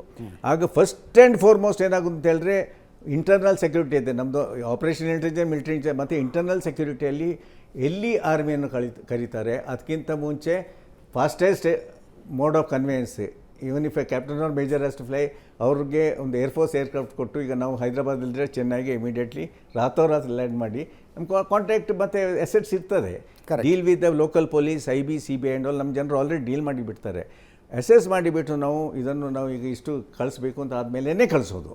ಸೊ ಆ ಥರದಲ್ಲಿ ನಮಗೆ ಟೋಟಲಿ ನಮಗೆ ಟಚ್ ಇರ್ತದೆ ಯಾವ ಸ್ಟೇಟಲ್ಲಿ ಏನಾಗ್ತಿದೆ ಅಂತ ಹೇಳಿಬಿಟ್ಟು. ಮತ್ತೆ ಕೆಲವು ಸಲ ಜಸ್ಟ್ ಎ ಮಿನಿಟ್, ಪ್ರಶ್ನೆಗೆ ಉತ್ತರ ಸಿಗಲಿಲ್ಲ. ಮೀಡಿಯಾ ನೆರೆಟಿವ್ ಬಗ್ಗೆ ಮಾತಾಡಿದ್ದು ನಾನು. ಶಿವಮೊಗ್ಗದಲ್ಲೂ ಅದೇ ಆಗಿದ್ದು, ಒನ್ ಸೈಡೆಡ್ ಸ್ಟೋರಿ ತೋರಿಸ್ತಿದ್ರೆ. ಈಗ ಇಸ್ರೇಲ್ ವಿಚಾರದಲ್ಲೂ ಅದೇ ಆಗ್ತಿದೆ ಅಂತ ನನ್ನ ಮೀಡಿಯಾ ನೆರೆಟಿವ್ ಸೃಷ್ಟಿ ಮಾಡ್ತಿದೆ. ಏನು ತೋರಿಸ್ತಾ ಇದೆ ಮೀಡಿಯಾಗಳು ಶಿವಮೊಗ್ಗದ ವಿಚಾರದಲ್ಲಿ? ನಾನು ಹೇಳಿದ್ನಲ್ಲ, ನನಗೆ ಅಲ್ಲ ಅದು ಬಿಡಿ. ಈಗ ಇಸ್ರೇಲ್ಗೆ ಗಲಭೆಯನ್ನ ಮಾಡಿದ ತಪ್ಪು ಅದ್ರ ಚರ್ಚೆನೇ ಇಲ್ಲ ಸರ್. ಆಯ್ತು, ಕಲ್ಲನ್ನ ಎಸೆದವರ ಬಗ್ಗೆ ಬಹಳ ಕಡಿಮೆ ಮಾತಾಡಿದಿರಿ ಅನ್ನೋದು ನನ್ನ ನನ್ನ ಕಲ್ಲು ಅಸಮಾಧಾನ ಎಸೆದವರ ಬಗ್ಗೆ ಹೇಳ್ತಿರೋದು. ಕಡಿಮೆ ಮಾತಾಡಿದ್ದೀವಿ. ಹೌದು ಅಂತ ನನಗೆ ನಾನು ನಿಮ್ಮ ಓಕೆ ಪರ್ಟಿಕ್ಯುಲರ್ ಓಕೆ ನಿಮ್ಮ ಓಕೆ ಸುದ್ದಿ ಓಕೆ ಬಗ್ಗೆ ಮಾತಾಡ್ತಿದ್ದಿಲ್ಲ. ಯಾರ ಬಗ್ಗೆ ಜಾಸ್ತಿ ಮಾತಾಡಿದ್ವಿ? ಗಲಭೆಯನ್ನ ಮಾಡಿದವ್ರ ಬಗ್ಗೆ. ನನ್ನ ಪ್ರಕಾರ ಗಲಭೆಯನ್ನ ಮಾಡಿದವ್ರದ್ದು ಎಷ್ಟು ಪ್ರಮಾಣದ ತಪ್ಪಿದೆಯೋ ಕಲ್ಲನ್ನ ಎಸೆದವರು ಕೂಡ ಗಲಭೆ ಮಾಡಿದವರು ಕಲ್ಲೆಸದವ್ರು ಡಿಫ್ರೆನ್ಸ್ ಏನಿದೆ? ಅವರೇ ಅಲ್ವಾ ಕಲ್ಲೆಸದವರೇ ಗಲಭೆ ಮಾಡಿದ್ದಲ್ವಾ? ಅವ್ರನ್ನ ಪ್ರಚೋದನೆ ಮಾಡಿದವ್ರ ಬಗ್ಗೆ ಮಾತಾಡ್ತಾ ಇದ್ದೀನಿ. ಯಾರು ಪ್ರಚೋದನೆ ಮಾಡಿದ್ರು? ರ್ಯಾಲಿ ಹೋಗ್ತಿದ್ದಾಗ, ಗುಂಪಲ್ಲಿ ರ್ಯಾಲಿ ಹೋಗ್ತಿದ್ದಾಗ ಆ ಜನರ ಮೇಲೆ ಮೂಕ ಪ್ರಾಣಿಗಳು ಅದರಲ್ಲಿ ಮಧ್ಯೆ ಇದ್ವು. ಆ ಜನರ ಮೇಲೆ ಕಲ್ಲನ್ನ ಎಸೆದವರು ಬೇರೆ ವರ್ಗದ ಜನ ಅಲ್ವೇ? ನಾನು ಕೇಳ್ತಿದ್ದೀನಿ. ಎಷ್ಟು ಜನರ ಮೇಲೆ ಕೇಸ್ ಆಯ್ತು? ಪೊಲೀಸ್ ಯಾರು ಹೇಳಿದ್ರ ಇಂಥ ಆರ್ಗನೈಸೇಷನ್ ಅವರು ಅದ್ರ ಬಗ್ಗೆ ಮಾಧ್ಯಮಗಳು ಜಾಸ್ತಿ ಮಾತಾಡಿಲ್ಲ. ನೆರೆಟಿವ್ ಸೆಟ್ ಮಾಡ್ತಾ ಇದ್ದಾರೆ. ಯಾರು ಅಂತ ಅವರು ನಾನು ಕೇಳ್ತಿದ್ದೀನಿ. ಶಿವಮೊಗ್ಗದ SP ಒಂದು ಪ್ರೆಸ್ ಮೀಟ್ ಮಾಡಿ 2 ಸಂಘಟನೆಯವರು ಇದರಲ್ಲಿದ್ರು, ಈ ಸಂಘಟನೆ ಇವ್ರ ಮೇಲೆ ಕಲ್ಲು ಹೊಡೆದ್ರು, ಇವ್ರ ಸಂಘಟನೆಯವರು ಇವ್ರ ಮೇಲೆ ಕಲ್ಲು ಹೊಡೆದ್ರು ಅಂತ ಶಿವಮೊಗ್ಗದ SP ಹೇಳಿದ್ರೆ ಪೊಲೀಸ್ ವರ್ಷನ್. ಹೌದು, ಪೊಲೀಸ್ ವರ್ಷನ್ ಅದು ಆಗಿದೆಯಾ? ಅದು ನಾನು ನಿಮ್ಮನ್ನು ಕೇಳ್ತಿದ್ದೀನಿ. ಗೃಹ ಸಚಿವರು ಮೀಡಿಯಾದವರು ಇನ್ವೆಸ್ಟಿಗೇಟ್ ಮಾಡಿ ಆ ಘಟನೆ ಏನು ನಡೀತಲ್ಲ ಅಲ್ಲಿ ನಡೆದಂಥ ಸಣ್ಣ ಸಣ್ಣ ವಿಡಿಯೋಗಳನ್ನು ಪಿಕ್ ಮಾಡ್ಕೊಂಬಂದ್ರಿ. ಕಲ್ಲೆಸೆದವರು ಯಾರು ಅನ್ನೋದ್ರ ಬಗ್ಗೆ ನೀವು ಮಾತಾಡಲಿಲ್ಲ ಅನ್ನೋದು ನನ್ನ ಅಸಮಾಧಾನ. ಅವರು ಕೂಡ ಅಬಿಚುವಲ್ ಅಫೆಂಡರ್ ಸರ್. ಕಲ್ಲೆಸದವ್ರು ಗೊತ್ತಿದ್ದು, ಕಲ್ಲೆಸಿದ್ರೆ ಗಲಾಟೆ ಆಗತ್ತೆ ಅಂತ ಗೊತ್ತಿದ್ದು ಕೂಡ ಕಲ್ಲೆಸಿದ್ರಲ್ಲ. ಯಾರವರು? ನಿಮಗೆ ಗೊತ್ತಿಲ್ಲ. ನಿಮಗೆ ಕೇಳ್ತೇನೆ, ಸಾಮಾನ್ಯ ನಾಗರಿಕ. ನನ್ನ ಪ್ರಕಾರ ಆಗಿರುವ ಗಲಭೆ ಒಂದು ವರ್ಗದವ್ರು ಇನ್ನೊಂದು ವರ್ಗದ ಮೇಲೆ ಕಲ್ಲು ಒಗೆದಿದ್ದ ಗಲಭೆ ಆಗಿದೆ. ನನ್ನ ಪ್ರಕಾರ ನಮ್ಮ ಇನ್ವೆಸ್ಟಿಗೇಷನ್ ಹಂಗೆ ಹೇಳ್ತಾ ಇದೆ. ನಿಮ್ಮ ಕೌಂಟ್ರಿ ಇನ್ವೆಸ್ಟಿಗೇಷನ್ ಮಾಡಿಲ್ಲ. ನಾನು ಶ್ರೀ ಸಾಮಾನ್ಯ ಸರ್. ಪೊಲೀಸ್ ಹೇಳಿಸಿ, ಪೊಲೀಸ್ ಮಾಡಿದ್ರೆ ಪೊಲೀಸರದಾದ್ರೂ ಹೇಳಿಸಿ ಸರ್. ಅದನ್ನ ನಾನು ನಿಮ್ಗೆ ಕೇಳ್ತಿದ್ದೀನಿ. ಪೊಲೀಸ್ ಮಾಡಿದ್ರೆ ಪೊಲೀಸರದಾದ್ರೂ ಹೇಳಿಸಿ. ನಾನು ಸಾಮಾನ್ಯ ನಾಗರಿಕನಾಗಿ ನಮ್ಮ ಇನ್ವೆಸ್ಟಿಗೇಷನ್ ನಲ್ಲಿ ಆ ತರದ್ದು ಕಂಡು ಬಂದಿಲ್ಲ. ಕಲ್ಲು ಎಸೆದ್ರಿಂದ ಆಗಿದ್ದಲ್ವೇ? ಕಲ್ಲು ಎಸೆದ್ರು, ಹೌದು ಹೌದು. ಕಲ್ಲು ಎಸೆದವ್ರ ಬಗ್ಗೆ ಮಾತಾಡ್ಲಿಲ್ವಲ್ಲ? ಅವ್ರದೇ ಬಗ್ಗೆ ಮಾತಾಡಿದ್ರಿ. ಅವ್ರ ಬಗ್ಗೆನೇ ಮಾತಾಡಿರೋದು ನಾವು. ಕಲ್ಲು ಎಸೆದವ್ರ ಬಗ್ಗೆನೇ ಮಾತಾಡಿರೋದು. ಮಾಡಿದವ್ರ ಬಗ್ಗೆ ಮಾತಾಡಿದ್ರಿ. ದಾಂಧಲೆ ನಡೆದಾಗ ಇಬ್ಬರಿಗೂ ವ್ಯತ್ಯಾಸ ಇಲ್ಲ. ಕಲ್ಲು ಎಸೆದವರೇ ದಾಂಧಲೆ ಮಾಡಿದ್ದು, ದಾಂಧಲೆ ಮಾಡಿದವರೇ ಕಲ್ಲು ಎಸೆದಿದ್ದು. ವಿಚಾರ ಅರ್ಥ ಆಗ್ತಿದ್ಯೋ ಇಲ್ವೋ? ರ್ಯಾಲಿ ನಡೀತಿತ್ತು ಸರ್. ಸಾಬ್ರದೊಂದು ರ್ಯಾಲಿ ನಡೀತಿತ್ತು. ಆ ರ್ಯಾಲಿ ಮೇಲೆ ಕಲ್ಲೆಸರಿದ್ರಿಂದಾಗಿ ಯಾರು ಕಲ್ಲೆಸೆದ್ರು? ಕಲ್ಲೆಸದವ್ರು ಯಾರು ಇನ್ವೆಸ್ಟಿಗೇಟ್ ಮಾಡಿದ್ರಿ, ಅವ್ರ ಬಗ್ಗೆ ಚರ್ಚೆ ಆಗ್ತಿಲ್ಲ ಅನ್ನೋದು ನನ್ನ ಮಾತು. ಯಾರು ಇನ್ವೆಸ್ಟಿಗೇಟ್ ಮಾಡಿದ್ದಾರೆ? ಪ್ರವೋಕ್ ಮಾಡಿದವ್ರ ಬಗ್ಗೆ ಮಾತಾಡ್ತಿಲ್ಲ. ನಾನು ಕೇಳ್ತಿದ್ದೀನಿ ಶ್ರೀ ಸಾಮಾನ್ಯ. ನಮ್ಮ ಇನ್ವೆಸ್ಟಿಗೇಷನ್ ಕಂಡು ಬಂದಿಲ್ಲ. ಪೊಲೀಸ್ ಇನ್ವೆಸ್ಟಿಗೇಷನ್ ನಲ್ಲಿ ಇದ್ರೆ SP ಹೇಳಬೇಕು. ನಿಮ್ಮ ಪ್ರಕಾರ ಸುಮ್ಮನೆ ಗಲಾಟೆ ಮಾಡ್ಕೊಂಡು ಹೋದ್ರು ಅನ್ನೋದು ನಿಮ್ಮ ವಾದ. ಎಕ್ಸಾಕ್ಟ್ಲಿ. ನನಗೆ ಗೊತ್ತಿಲ್ಲ. ನಾನು ಕೇಳಿ ಎಕ್ಸಾಕ್ಟ್ಲಿ ದಟ್ಸ್ ಎಕ್ಸಾಕ್ಟ್ಲಿ. ಅದಕ್ಕೆ ಕೌಂಟರ್ ಆಗಿರುವಂತದ್ದು ಏನಾದ್ರು ಇದ್ರೆ ನಾವು ತೋರಿಸಿದ್ದಕ್ಕಿಂತ ಬೇರೆ ಯಾವ್ದಾದ್ರು ಇದ್ರೆ ಗೊತ್ತಿಲ್ಲ. ಹೋಮ್ ಮಿನಿಸ್ಟರ್ ಗೊತ್ತಿದ್ರೆ ತೋರಿಸಿ, SP ಹೇಳಬೇಕು ಅಂತ. ಆಯ್ತು ಸರ್. ನಮಸ್ಕಾರ. ನನ್ನ ಹೆಸರು ರಾಕೇಶ್ ಅಂತ. ನನ್ನ ಪ್ರಶ್ನೆ ಏನಂದರೆ, ಇವತ್ತು ನಾವೇನು ರಷ್ಯಾ ಯುಕ್ರೇನ್ ನೋಡ್ತಾ ಇದ್ದೀವಿ, ಇಸ್ರೇಲ್ ಮತ್ತು ಹಮಾಸ್ ನೋಡ್ತಾ ಇದ್ದೀವಿ. ಮುಂದಿನ ದಿನಗಳಲ್ಲಿ ಯಾವ ದೇಶಕ್ಕೆ ಯಾವ ರೀತಿ ಸಂದರ್ಭ ಬರುತ್ತೆ ಗೊತ್ತಾಗಲ್ಲ. ನಾಳೆ ದಿವಸ ನಮ್ಮ ಭಾರತ ದೇಶಕ್ಕೂ ಈ ಥರ ಒಂದು ಸಂದರ್ಭ ಬರಬಾರ್ದು. ಬಂದರೆ ನಮ್ಮ ದೇಶದಲ್ಲಿ ಒಂದು ವಿಪರ್ಯಾಸ ಸಂಗತಿನೂ ಇದೆ. ಏನಂದರೆ, ತುಂಬ ಜನ ಮಿಲಿಟ್ರಿ ಅವ್ರ ಕಾರ್ಯಾಚರಣೆನ ಪ್ರಶ್ನೆ ಮಾಡಿರೋರು ಸಾಕಷ್ಟು ಜನ ಇದ್ದಾರೆ. ಬಟ್ ನನಗೇನು ಅನಿಸುತ್ತೆ ಅಂತಂದರೆ, ಕಾಮನ್ ಸಿಟಿಸನ್ ಆಗಿ ನಮ್ಮದು ಒಂದು ಪಾತ್ರ ಇರುತ್ತಲ್ವ ದೇಶ ರಕ್ಷಣೆ ಬಗ್ಗೆ. ದೇಶ ಕಟ್ಟಿದವ್ರು ನಾವು ಅಂತ ಹೇಳಬೇಕಾದ್ರೆ ದೇಶ ರಕ್ಷಣೆ ಮಾಡಬೇಕಾಗಿರೋದು ನಮ್ಮ ಕರ್ತವ್ಯ ಅಂತಿರುತ್ತೆ. ಸೊ ನಾನು ಇಲ್ಲಿ ಹೇಳಕ್ಕೆ ಬರ್ತಾ ಇರೋದು ಏನು ಅಂತಂದರೆ, ನಾಳೆ ಅಂಥ ಸಂದರ್ಭ ಬಂದಾಗ ನಮ್ಮ ಮಿಲಿಟ್ರಿಯವ್ರ ಜೊತೆಯಲ್ಲಿ ಪ್ರತಿಯೊಬ್ಬರು ಕೈ ಜೋಡಿಸೋಂಥ ಕೆಲಸ ಆಗಬೇಕು. ಅದೇ ರೀತಿ ಕೆಲವೊಂದು ಏಜೆನ್ಸಿಗಳು ಪ್ರತಿ ಸಲ ಅವ್ರ ಮೇಲೆ ಸಂಶಯ ವ್ಯಕ್ತಪಡಿಸ್ತಾರೆ, ಪ್ರಶ್ನೆ ಎತ್ತಾರೆ. ನಿಜವಾಗ್ಲೂ ಸರ್ಜಿಕಲ್ ಸ್ಟ್ರೈಕ್ ಆಗಿತ್ತಾ, ನಿಜವಾಗ್ಲೂ ಇವ್ರು ಹೋಗಿ ಗುಂಡು ಹೊಡೆದು ಬಂದ್ರ, ನಿಜವಾಗ್ಲೂ ಶತ್ರುಗಳು ಹೆಡೆಮುರಿ ಕಟ್ಟಿದ್ರ, ಈ ಥರ ಪ್ರಶ್ನೆಗಳು ಎದ್ದಿದಾಗೆಲ್ಲ ಬರೀ ಸರ್ಕಾರನೇ ಉತ್ತರ ಕೊಡ್ತಾ ಇದೆ. ಮಿಲಿಟ್ರಿಯಿಂದ ಆರ್ಮಿಯಿಂದನೂ ಕೆಲವು ಸೀನಿಯರ್ಸ್ ಯಾರನ್ನ ಬಂದು ಸರಿ ದಿಟ್ಟತನದಿಂದ ಉತ್ತರ ಕೊಡುವಂಥ ಕೆಲಸನೂ ಆಗಬೇಕು, ಪ್ಲಸ್ ಜನಗಳನ್ನ ಜೋಡಿಸ್ಕೊಳ್ಳೋಂಥ ಕೆಲಸ ಆಗಬೇಕಂತ ಅನಿಸ್ತಿದೆ ಸರ್. ನಾನು ಒಪ್ಕೊಳ್ತೇನೆ, ಅದನ್ನು ಮಾಡಿದ್ದಾರೆ. ಈಗ ಕಳೆದ ಸಮಯ ಸರ್ಜಿಕಲ್ ಸ್ಟ್ರೈಕ್ ಆಯಿತು, ಆಗ ಕ್ವಶನ್ ಮಾಡಿದ್ರು. ಆಗ Maninder Singh DGM, director general of military operation, ಅವರು ಪ್ರೆಸ್ಸಲ್ಲಿ ಬಂದು ಕೊಟ್ಟರು. They given a statement completely. ಒಂದು. ಸೆಕೆಂಡ್ಲಿ, ಮಿಲಿಟ್ರಿಯವರು ಇಂಡಿಪೆಂಡೆಂಟ್ಲಿ ಬರೋದಿಲ್ಲ, ಗೌರ್ಮೆಂಟ್ ಅವ್ರಿಗೆ ಹೇಳ್ತಾರೆ, ಪರ್ಮಿಷನ್ ಕೊಡಾಗ ಅವ್ರು ಬಂದ್ ಮಾಡ್ತಾರೆ. Actually the rule position is brigadier ನಾನು ಚೆನ್ನೈಯಲ್ಲಿರುವಾಗ ಒಂದು 2 ಇನ್ಸಿಡೆಂಟ್ ಆಯಿತು. ಪ್ರೆಸ್ ಕಾನ್ಫರೆನ್ಸ್ ಬಂದರು, ನಾನು ಇಂಟರ್ವ್ಯೂ ಕೊಟ್ಟೆ, ಇವ್ರು ಕೊಟ್ಟಿದ್ದಾರೆ. ಸೈನ್ಯ ಅವರದೇ ಆದ ಒಂದು ಶಿಸ್ತಿನಲ್ಲಿ ಹೋಗ್ತಾ ಇರುತ್ತೆ, ಯಾರು ಮೀಡಿಯಾಕ್ಕೆ ಮಾತಾಡಬೇಕು, ಯಾರು ಮೀಡಿಯಾಕ್ಕೆ ಮಾತಾಡಬಾರ್ದು. ಅದಕ್ಕೆ PR ಆಮೇಲೆ ನರೇಟಿವ್ ಬಿಲ್ಡಿಂಗ್ ಸೈನ್ಯದ ಜವಾಬ್ದಾರಿ ಅಲ್ಲ, ಸೈನ್ಯದ ಜವಾಬ್ದಾರಿ ರಕ್ಷಣೆ ಮಾಡುವಂಥದ್ದಷ್ಟೇ. ಲಿಮಿಟೇಷನ್ಸ್ ಇರುತ್ತೆ. ನಾವು ಅಂದರೆ ಬೆಂಗಳೂರಿನಲ್ಲಿ ಏನಾದ್ರು ಇನ್ಸಿಡೆಂಟ್ ಆದರೆ DCP ಬಂದ ತಕ್ಷಣ ಹೋಗಿ ಮೈಕ್ ಹಿಡಿತೀವಿ ನಾವು, ಸೈನ್ಯಾಧಿಕಾರಿಗೆ ಮೈಕ್ ಹಿಡ್ದು ಹೇಳ್ರಿ ಏನಾಯ್ತು ಅನ್ನೋದು. ಇಲ್ಲ, ಮಾಡ್ತಿದ್ದಾರೆ. ಈಗ JNKಯಲ್ಲಿ at a colonel and brigadier level ಅವ್ರಿಗೆಲ್ಲ ಡೆಫಿನೆಟ್ಲಿ ಅವರು ಆ್ಯಕ್ಚುಲಿ ಆದ ಸೀನಿಯರ್ ಅವರು ಪ್ರೆಸ್ಸಿಗೆ ಹೇಳ್ತಾರೆ, ಹೇಳೋದೇನಿಲ್ಲ. ಆದರೆ ಕಾಂಟ್ರವರ್ಸಿ ಯಾವಾಗ ಪೊಲಿಟಿಷಿಯಲ್ ಪಾರ್ಟಿ ಮಾಡಿದ್ರು ಆಗ ಇವರೇ ಬಂದು ಪ್ರೆಸ್ ರಿಪೋರ್ಟ್ ಕೊಡೋದಿಲ್ಲ, ಗೌರ್ಮೆಂಟ್ ರಿಪ್ಲೈ ಮಾಡಲಿಕ್ಕೆ ರಿಪ್ಲೈ ಮಾಡ್ತಾರೆ. ದಟ್ ಈಸ್ ಅಂಥ ಟ್ಯಾಬು ಏನಿಲ್ಲ ಆದಮೇಲೆ ಒಂದು. ಮತ್ತು ಇನ್ನೊಂದು ನೀವು ಕೇಳಿದ್ದು ಅದಕ್ಕೆ ಇನ್ನೊಂದು ಪಾಯಿಂಟ್ ಬರ್ತದೆ, ಏನು ಅಂತ ಹೇಳಿದ್ರೆ, ನಮ್ಮದು ಈಗ ಇಸ್ರೇಲಲ್ಲಿ ಆಗೋದು ಈಗ ಎಲ್ಲರಿಗೆ ಗೊತ್ತೇ. ಈಗ ನೀವು ಇಲ್ಲಿ ಬಂದು ನೆರೆದಿರೋರು ನಿಮಗೆಲ್ಲರಿಗೆ ಒಂದು ಎಂಪರಿಕಲ್ ಬ್ಯಾಕ್ಗ್ರೌಂಡ್ ಇದೆ, ಏನಾಗ್ತಿದೆ ಅಂತ ಗೊತ್ತಿದೆ ಇಲ್ವಾ? ಅದನ್ನು ನಾವು ಈಗ ಹೇಳಿ ಪ್ರಯೋಜನ ಇಲ್ಲ. ಇದೆಲ್ಲ ನಾವು ಈಗ ಫಾರ್ ಎಕ್ಸಾಂಪಲ್ ನಾನು ಒಂದು ಕೇಳ್ತೇನೆ, ಜಮ್ಮು ಆ್ಯಂಡ್ ಕಾಶ್ಮೀರಲ್ಲಿ 1948 ಇದೇ ಆಗಿದೆಯೇ ಇಲ್ವಾ? ಹೌದು. ಯಾಕೆಂದರೆ ರಜಾಕರ್ಸ್ ಬಂದರು ಅಕ್ರಾಸ್ ದ ಬಾರ್ಡರ್. ರಜಾಕರ್ ಜೊತೆಯಲ್ಲಿ ಬಾಕಿ ನಾನ್ ರಜಾಕರ್ ಪಾಕಿಸ್ತಾನ ಆರ್ಮಿಯವರು ಬಂದರು. ಪಾರ್ಟಿಷನ್ ಆಗಿ ನಾವು 8 ತಿಂಗಳಾಗಿದ್ದಷ್ಟೇ. ಆಯಿತಾ? ಇದ್ದೇ ಆ್ಯಕ್ಟಿವಿಟಿ ಮಾಡಿದ್ದಾರಾ ಇಲ್ವಾ? ಹೌದು. 1948 ಆಯಿತು. 1991 ಗೌರ್ಮೆಂಟ್ ಯಾರ್ದು ಅಂತ ಗೊತ್ತಿದೆ, ಫರೂಕ್ ಅಬ್ದುಲ್ಲಾ. ಈ ಗಲಭೆಯಾಗಿ ಅಲ್ಲಿಂದ ನೀವು ಇವರನ್ನು ಕಾಶ್ಮೀರಿ ಬ್ರಾಹ್ಮಿನ್ಸನ್ನು ಲೂಟ್ ಮಾಡಿ ರೇಪ್ ಮಾಡಿ ಅದೊಂದು ಪಿಕ್ಚರೇ ಇದೆ. ನಾವು ಕಾಶ್ಮೀರಲ್ಲಿ 3 ಸಲ ಸರ್ವ್ ಮಾಡಿದ್ದೇವೆ. ಇದೆಲ್ಲ ಆಗಿದೆ. ಅದ್ರ ಬಗ್ಗೆ ಅವರನ್ನು ಇದಾದ ಮೇಲೆ ಪ್ರೆಸ್ ರಿಪೋರ್ಟ್ ಎಷ್ಟು ಮಾಡಿದರು ಆ ಟೈಮಲ್ಲಿ? ಯಾರೂ ಮಾಡಿಲ್ಲ. ಯಾತಕ್ಕಾಗಿ? ಈಗ ಫ್ರೀಡಮ್ ಆಫ್ ಪ್ರೆಸ್ ಅಂತ ಎಲ್ಲರೂ ಹೇಳ್ತೇವೆ, ಆದರೆ ಪ್ರೆಸ್ಸಿಗೆ ಅವ್ರದ್ದೇ ಒಂದು ಸ್ವಲ್ಪ ಕನ್ಸ್ಟೆಂಟ್ ಇರ್ತದೆ. ಎಂಡ್ ಆಫ್ ದ ಡೇ ಏನಾಯ್ತು ಅಂತ ಹೇಳಿದ್ರೆ, ಲಾಸ್ಟಿಗೆ ಪ್ರೆಸ್ ಅವರನ್ನು ಪಾರ್ಟಿಯಲ್ಲಿ ಇದ್ದವರು ಹೌಂಗ್ ಮಾಡ್ತಾರೆ, ಬಿಡೋದಿಲ್ಲ ಅಷ್ಟು ಈಸಿಯಾಗಿ. ಈಗ ಆಗುವಷ್ಟು ಅವರು ಹೇಳ್ತಾರೆ, ಅದ್ರ ಮೇಲೆ ತುಂಬ ಔಟ್ನೆಕ್ ಮಾಡಿದ್ರೆ ಬೇಡದ ಚಾರ್ಜ್ ಆಗ್ತಾರೆ. ಇದಾಗ್ತಿರೋದೆ ಅಲ್ಲಿಂದ. ಉಲ್ಟಾ ಏನು ಹೇಳೋದು ಅಂತ ಹೇಳಿದ್ರೆ, ಅವ್ರ ಪೀರಿಯಡಲ್ಲೆಲ್ಲ ಸೇರಿ ಎಮರ್ಜೆನ್ಸಿ ಡಿಕ್ಲರೇಟ್ ಹೇಳ್ತಾರೆ, ಅವ್ರ ಪೀರಿಯಡಲ್ಲಿ ಸೇರಿತ್ತು, ಈಗ ಪ್ರೆಸ್ ಇದಿಲ್ಲ ಅಂತ. ಹಾಗೇನಿಲ್ಲ. ಆದರೆ ಪ್ರೆಸ್ ಅವರು ಅವ್ರದ್ದು ವಾಲಂಟಿಯರ್. ಈಗ ನೀವು ಅವ್ರನ್ನ ಕ್ವಶನ್ ಕೇಳ್ತಿದ್ದೀರಾ, ಅವರೊಂದು ಸೂಟೇಬಲ್ ಆನ್ಸರ್ ಕೊಟ್ಟಿದ್ದಾರೆ. ಏನು ಅಂತ ಹೇಳಿದ್ರೆ, ನಮಗೆ ಗೊತ್ತಿಲ್ಲ, ನಾವು ಇನ್ವೆಸ್ಟ್ ಮಾಡಲಿಲ್ಲ ಅಂತ. ಎಲ್ಲ ಪ್ರೆಸ್ ಜರ್ನಲಿಸ್ಟ್ ಹೋಗಿ ಎಲ್ಲೆಲ್ಲಿ ಇನ್ವೆಸ್ಟಿಗೇಟ್ ಮಾಡಲಿಕ್ಕೆ ಆಗೋದಿಲ್ಲ, ಅಂದರೆ ಅವ್ರದ್ದು ಮ್ಯಾನ್ ಪವರ್ ಪ್ರಾಬ್ಲಮ್ ಇರ್ತದೆ. ನಾನು ಅವ್ರ ಲಾರ್ಜರ್ ಕ್ವಶನ್ ತಗೊಳ್ತೀನಿ ಸರ್. ಒಂದು ಕಾಲನೂ ನೋಡಿದ್ದೀವಿ ಈ ದೇಶದಲ್ಲಿ, ಯಾರು ಬಂದು ಹೆಂಗಾರು ಬಂದು ಎಲ್ಲರೂ ಬಾಂಬ್ ಬಿಟ್ಟು ಹೋಗ್ಬೋದು, ಎಲ್ಲರೂ ಗುಂಡು ಹೊಡೆದು ಹೋಗ್ಬೋದು. ಅದೊಂದು ಕಾಲವನ್ನು ನೋಡಿದ್ದೀವಿ.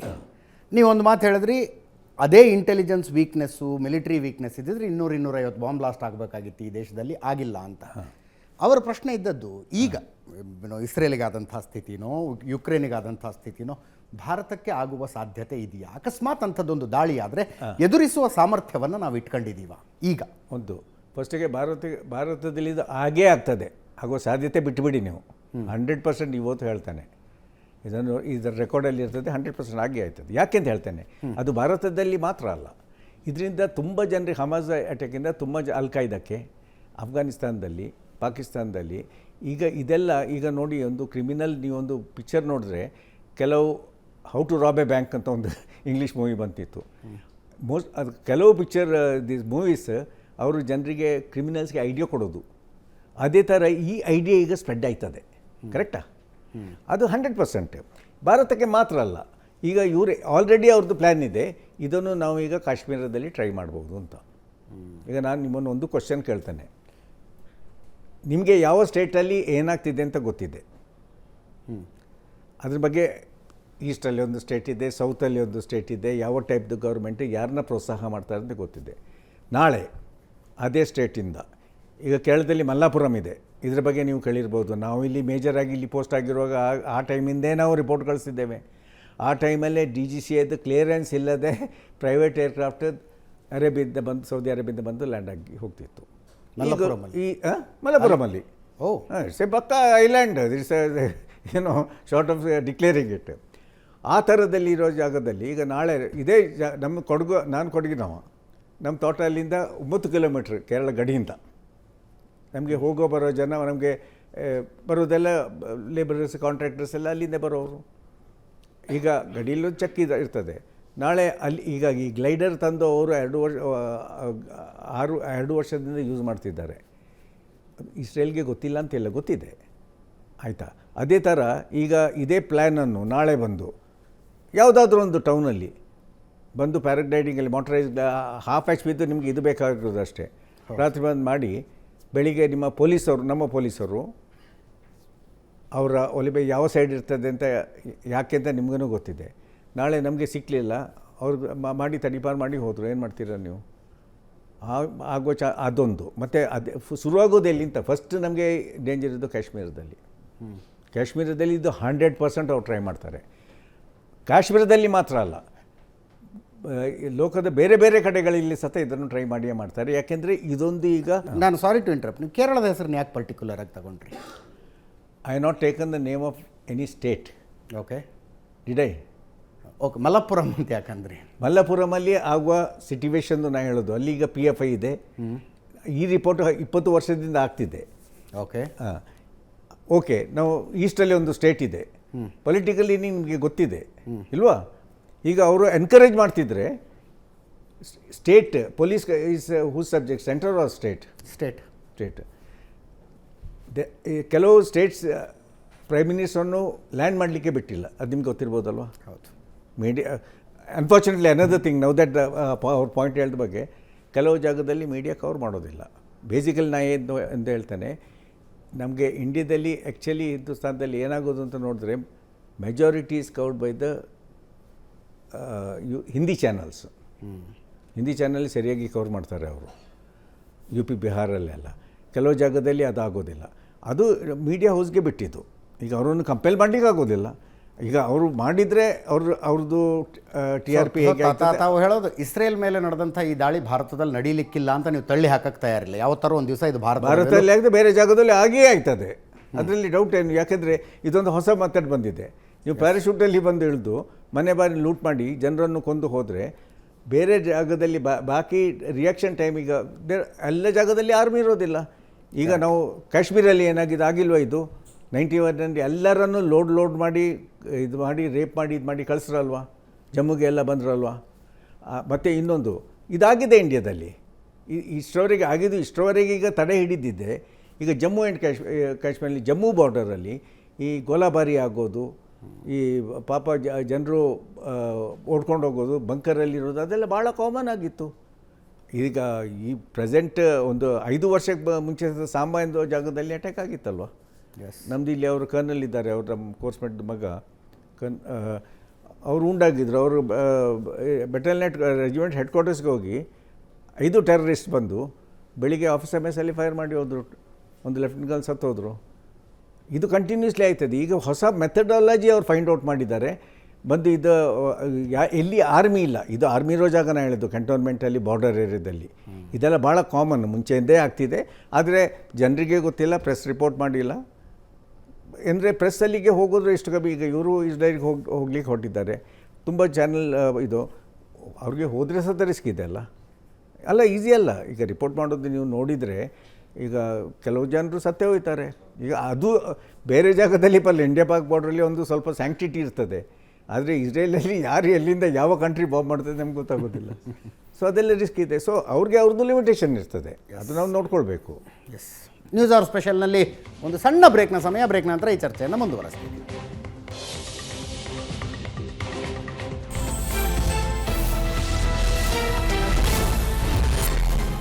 ಬ್ರೇಕ್ ನಂತರ ನ್ಯೂಸ್ ಅವರ್ ಸ್ಪೆಷಲ್ಗೆ ಮತ್ತೊಮ್ಮೆ ಸ್ವಾಗತ. ನ್ಯೂಸ್ ಅವರ್ ಸ್ಪೆಷಲ್ನ ಇವತ್ತಿನ ನಮ್ಮ ಅತಿಥಿ ಬ್ರಿಗೇಡಿಯರ್ PT ಮೋನಪ್ಪ ಸರ್.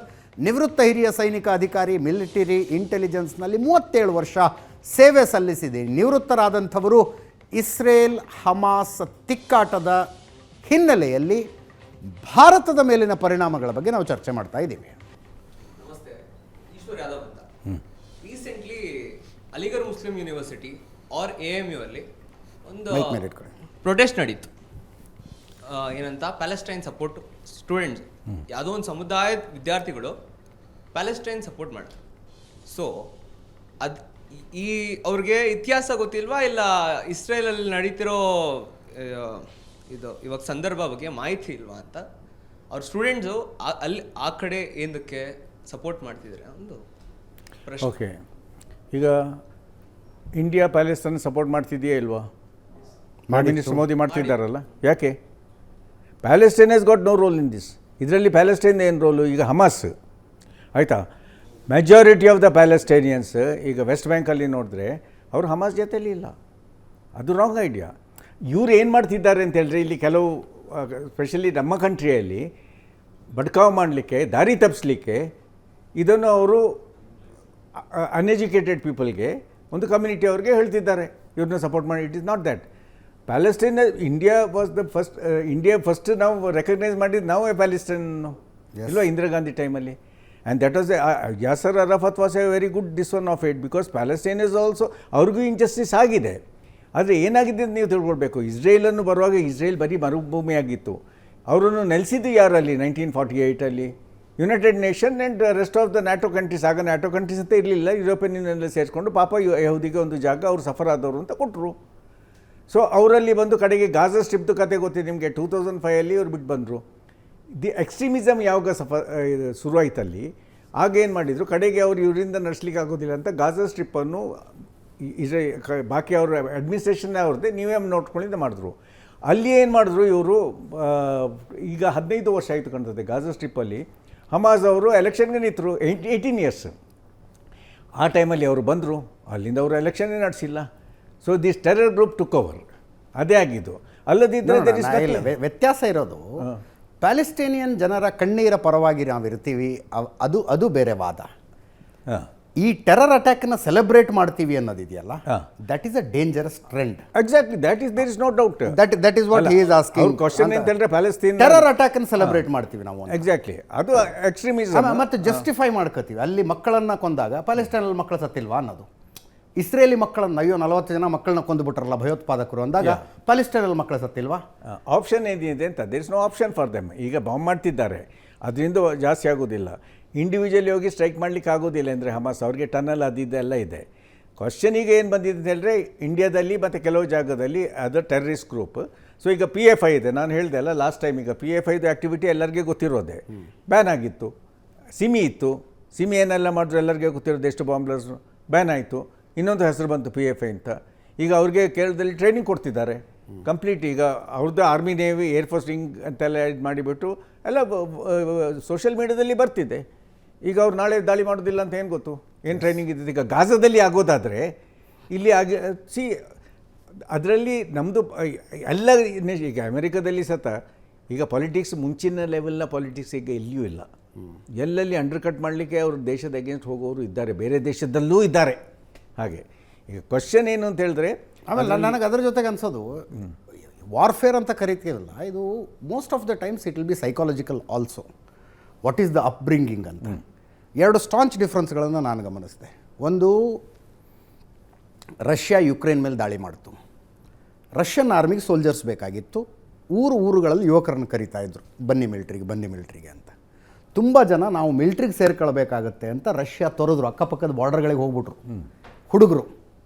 ನಿನ್ನೆ ಒಂದು ಸುದ್ದಿ ಬಂತು, ಇಸ್ರೇಲ್ ಮೇಲೆ ಅಟ್ಯಾಕ್ ಆಗಿದೆ ಅಂದಾಗ ಪ್ರಪಂಚದ ಬೇರೆ ಬೇರೆ ಕಡೆಗಳಿಂದ ಇಸ್ರೇಲಿ ಯುವಕ ಯುವತಿಯರು ತಮ್ಮ ದೇಶಕ್ಕೆ ಹೋಗ್ತಾ ಇದ್ದಾರೆ, ಮಿಲ್ಟ್ರಿಗೆ ಹೋಗ್ಬೇಕು ನಾನೀಗ ಅಂತ. That is about the upbringing. Holocaust ಏನಾಯ್ತಲ್ಲ ಸರ್ ಇಸ್ರೇಲಿಗರ ಮೇಲೆ, ಆ ಹಾಲೋಕಾಸ್ಟ್ ಕಥೆಗಳನ್ನು ಇಸ್ರೇಲಿಗರು ತಮ್ಮ ಜನಾಂಗಕ್ಕೆ ಹೇಳ್ತಾ ಬಂದರು. ಕರೆಕ್ಟ್. ಇದನ್ನು ನಾವು ಅನುಭವಿಸಿದ್ದೀವಿ ಪ್ರಪಂಚದಲ್ಲಿ. ನಾವು ಹೋದಲ್ಲೆಲ್ಲ ಒದಿಸ್ಕೊಂಡಿದ್ದೀವಿ, ಬಡಿಸ್ಕೊಂಡಿದ್ದೀವಿ, ಗ್ಯಾಸ್ ಚೇಂಬರಿಗೆ ಬಿದ್ದಿದ್ದೀವಿ. ಅದನ್ನು ಹೇಳ್ತಾ ಬಂದರು. ಆ ಕಾರಣಕ್ಕಾಗಿ ದೇಶದ ಯುವಕ ಯುವತಿಯರಲ್ಲಿ ಒಂದು ದೇಶಾಭಿಮಾನ ಇರುತ್ತೆ. ಅವಶ್ಯಕತೆ ಬಂದರೆ ನಾನು ದೇಶಕ್ಕೋಸ್ಕರ ಪ್ರಾಣ ಕೊಡ್ತೀನಿ ಅನ್ನೋ ಮನೋಭಾವನೆ ಇರುತ್ತೆ. ಕಾನ್ಸ್ಕ್ರಿಪ್ಷನ್ಸ್ ಅದ part of their life. It is the part of their life. ಒಂದು ದೇಶವನ್ನು ಇಂಥ ಅನ್ಫೋರ್ಸಿನ್ ಸಿಚುವೇಶನ್ಗೆ ನೀವು ಹೆಂಗೆ ತಯಾರು ಮಾಡ್ತೀರಿ ಅನ್ನೋದು ಕೂಡ ಪಾರ್ಟ್ ಆಫ್ ವಾರ್ಫೇರ್ ಅನ್ನೋದು ನನ್ನ ಅಭಿಪ್ರಾಯ. ಕರೆಕ್ಟ್. ಒಂದು ಟ್ರೈನಿಂಗ್ ಮತ್ತೆ ಇನ್ನೊಂದು sir mike sir. The same thing happened in China also. Okay. When we faced heavy loss, the people from all the way from India and abroad also, they came back to India. Yes. They wanted to join the army. The same thing happens everywhere. It happens like that. It doesn't happen everywhere. Bandidru, people have donated over the period. Not only donated, they wanted to join the army. In the emergency it happened, and up to the age of 40, the government raised the age of this thing up to 40. For emergency commission. Even the people who were 40, they came and joined the army. Yes. ಅದಕ್ಕೆ ಅಂದರೆ ಒಂದು ದೇಶವನ್ನು ಇಂಥ ಸಿಚುವೇಶನ್ಗೆ ನೀವು ಮಾನಸಿಕವಾಗಿ ಹೇಗೆ ಸಿದ್ಧರಾಗಿರ್ತೀರಿ, ಸಿದ್ಧವಾಗಿರುತ್ತೆ. Yes, slightly different. Ajit, I tell you something. Yes sir. ಇಸ್ರೇಲಲ್ಲಿ ಏನಾಯಿತು ಅಂತ ಹೇಳಿದ್ರೆ, ಈಗ ಈ ವಾರ್ ತಗೊಳ್ಳೋದ್ರೆ 3 ಲಕ್ಷ ರಿಸರ್ವಿಸ್ಟ್ ಬಂದು ಜಾಯ್ನ್ ಆಗಿದ್ದಾರೆ. ಹೌದು. ಫಸ್ಟ್ ಆಫ್ ಆಲ್ ಒಂದು ಎಂತ ಹೇಳಿದ್ರೆ, ಅವ್ರಿಗೆ ಅದೊಂದೇ ನೇಷನ್ ಇರೋದು. ಹೌದು. ಈಗ ನಾವು CAA ಗಲಾಟೆ ಮಾಡಿಸ್ತೀವಿ, ಇಷ್ಟೆಲ್ಲ ಬಡ್ಕೊಳ್ತೇವೆ. ಆದರೆ ಈಗ ನಾಳೆ ಹಿಂದೂಗಳಿಗೆ ಏನಾದರೆ ಬರ್ಲಿಕ್ಕಿರೋ ಆಯ್ತದೆ, ಇನ್ನೂ ಜಾಗದಲ್ಲಿ ಬೇರೆ ಜಾಗದಲ್ಲಿ ಬರ್ಲಿಕ್ಕಿರೋ ಜಾಗ ಒಂದೇ, ಭಾರತ. ಕರೆಕ್ಟಾ? ಅದೆಲ್ಲರಿಗೂ ಅನ್ವಯ ಆಗೋದೆ. ಅವ್ರ nation is best for them. ಆಗ ಏನಾಯಿತು ಅಂತ ಹೇಳಿದ್ರೆ, ಆ ಟೈಮಲ್ಲಿ ಬಂದವರು ಈಗ ಜನರು ಈಗ ಇಸ್ರೇಲ್ ಅವರನ್ನು ಮೊದಲಿಂದಲೇ ಅವ್ರಿಗೆ ರೆಗ್ಯುಲರ್ಲಿ 8 ವಾರ ಆಗಿದೆ, ಯುದ್ಧ ಆಗಿದೆ, ಅದ್ರ ಮೇಲೆ regular attacks, everybody should be ready ಅಂತ ಅದೊಂದು ಪಾಲಿಸಿ. ಸೆಕೆಂಡ್ಲಿ ಈಗ ಅವ್ರು ಯಾಕೆ ಬರೋದು ಅಂತ ಹೇಳಿದ್ರೆ ಅವ್ರಿಗೆ ಬೇರೆ ಹೋಗೋ ಜಾಗ ಇಲ್ಲ. ಈಗ ನಾವು ಆರ್ಮಿಗೆ ಸೇರುವಾಗ ನಮ್ಮ ಇದರಲ್ಲಿ ಈಗ ಲಾಸ್ಟ್ ನಮ್ಮ ಯಹೂದಿ ಆಫೀಸರ್ಸ್ ಇದ್ರು ನಮ್ಮ ಇಂಡಿಯನ್ ಆರ್ಮಲ್ಲಿ. ನಾವು ಮರಾಠ ರೆಜಿಮೆಂಟ್ ಅವರು. Colonel Jacob is celebrated general 1971 ವಾರ್ನಲ್ಲಿ. I served under him also. He was in 71 war, he was the chief of staff. ಮತ್ತು ಅವ್ರ ಗವರ್ನರ್ ಅದು ಪಂಜಾಬ್ದು. I been in touch with him. ನಾವು ಇದರಲ್ಲಿ ಮೇಜರ್ ಕೊಲೆಕ್ಟ್ ಅಂತ ಒಬ್ಬರು ಇದ್ದರು ನಮ್ಮ ರೆಜಿಮೆಂಟಲ್ಲಿ. ಅವರು ಲೆಫ್ಟಿನೆಂಟ್ ಕರ್ನಲ್ಗೆ ಅಪ್ರೂವ್ ಆಗಿದ್ದರು. ಏನಾಗ್ತದೆ, ಫಸ್ಟ್ ಬಟಾಲಿಯನ್ ಕಮಾಂಡಲ್ಲಿ ಟೇಕ್ ಓವರ್ ಮಾಡಲಿಕ್ಕೆ ಒಂದು 30% ಜನರು ಮಾತ್ರ ಅಪ್ರೂವ್ ಆಗೋದು, ಬೋರ್ಡ್ ಇರ್ತದೆ. ಅಪ್ರೂವ್ ಆದವರು ಕಾಲ್ ಆಫ್ ದ ನೇಷನ್ ಅಂತ ಮಾಡಿದ್ರು ಅವರು 1967 ಅರಬ್ ಇಸ್ರೇಲ್ ವಾರ್ ಆಗುವಾಗ. ಇಲ್ಲಿದ್ದ ಜನರಲ್ ಜೈಕಬ್ ಇಲ್ಲಿ ಉಳಿದ್ರು. ಆಗ ಅವರು ಮೋಸ್ಟ್ ಪ್ರಾಬಬ್ಲಿ ಆ ಟೈಮಲ್ಲಿ ಒಂದು ಲೆಫ್ಟಿನೆಂಟ್ ಕರ್ನಲ್ ಏನೋ ಆಗಿದ್ರು, ಅಥವಾ ಫುಲ್ ಕರ್ನಲ್ ಆಗಿರ್ಬೋದು. ಜನರಲ್ ಇವರು ಮೇಜರ್ ಕೊಲೆಟಾಗೆ ತುಂಬ ಜನರು ಹೋಗಿ ಅಲ್ಲಿ ಲೆಫ್ಟಿನೆಂಟ್ ಆಗಿ ಜಾಯ್ನ್ ಆದರು ಇಸ್ರೇಲಿ ಆರ್ಮಿಗೆ. That was known as coil. ಇಲ್ಲಿ ಲೆಫ್ಟಿನೆಂಟ್ ಕರ್ನಲ್ ಆಗೋವರು, ಮೇಜರ್ ಆಗಿದ್ದವರು ಹೋಗಿ ಬರೀ ಲೆಫ್ಟಿನೆಂಟ್ ಆಗಿ ಅವ್ರು ಜಾಯ್ನ್ ಆದರು. ಅಂಥದ್ದು ನಾವು ನೋಡಿದ್ದೇವೆ. ಇಂಡಿಯಾದಿಂದ ತುಂಬ ಹೋಗಿದೆ ಎಲ್ಲ ಕಂಟ್ರಿಯಲ್ಲಿ. ಅಮೆರಿಕನ್ ಆರ್ಮಿ ಅಲ್ಲಿ ಇಲ್ಲಿದ್ದೇವೆ. Lot of Jews went back there and join and they built up the nation. Another point, ಇದು ಯಾಕೆ ನೀವು ಹೇಳೋದು ಅಂತ ಹೇಳಿದ್ರೆ, ನಾಳೆ ಈಗ ಇಸ್ರೇಲು ಇಷ್ಟವರೆಗೆ ಸೋತಿಲ್ಲ. ನಾಗ ಇಂಟರ್ನ್ಯಾಷನಲ್ ಪ್ರೆಷರ್ ಏನೇನು ಆಗ್ತದೆ ನಮಗೆ ಹೇಳಲಿಕ್ಕಾಗೋದಿಲ್ಲ, ಊಹೆ ಮಾಡ್ಬೋದು, ತುಂಬ ಮಾತಾಡ್ಬೋದು ಅದ್ರ ಬಗ್ಗೆ. ನಾಳೆ ಇಸ್ರೇಲಿಗೆ ಏನಾದರೂ ಆದರೆ, ಅವ್ರು ಸೋತ್ರೆ ಅವ್ರಿಗೆ ಹೋಗಲಿಕ್ಕೆ ಜಾಗ ಇಲ್ಲ. They finished. So last ditch battle ಅವ್ರು ಮಾಡಲೇಬೇಕು.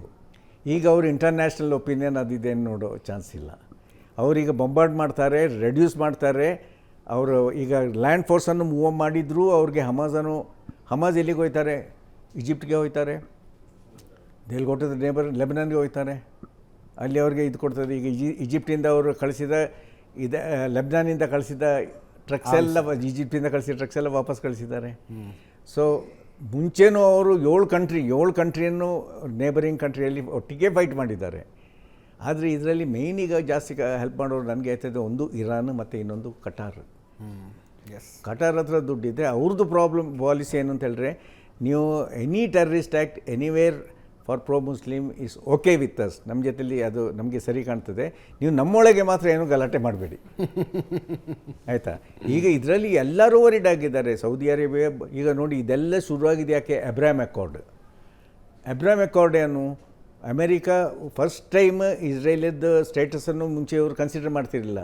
Saudi Arabia considered Israel status. They wanted diplomatic relationship ಅವ್ರ ಜೊತೆಲಿ ಬೇಕಿತ್ತು. ಅದನ್ನು ಫಸ್ಟ್ ಶುರು ಮಾಡಿದ್ದೇ ಇವರು. ಆಗ ಇವರು ಒಂದು 500 ಅಥವಾ 1000 ಹಮಾಸ್ ಮಾತ್ರ ಇದರ ಹಿಂದುಗಡೆ ಇರೋದಲ್ಲ, ಯಾರೆಲ್ಲ ಇರ್ಬೋದು ಅಂತ ಊಹೆ ಮಾಡ್ಬೋದು.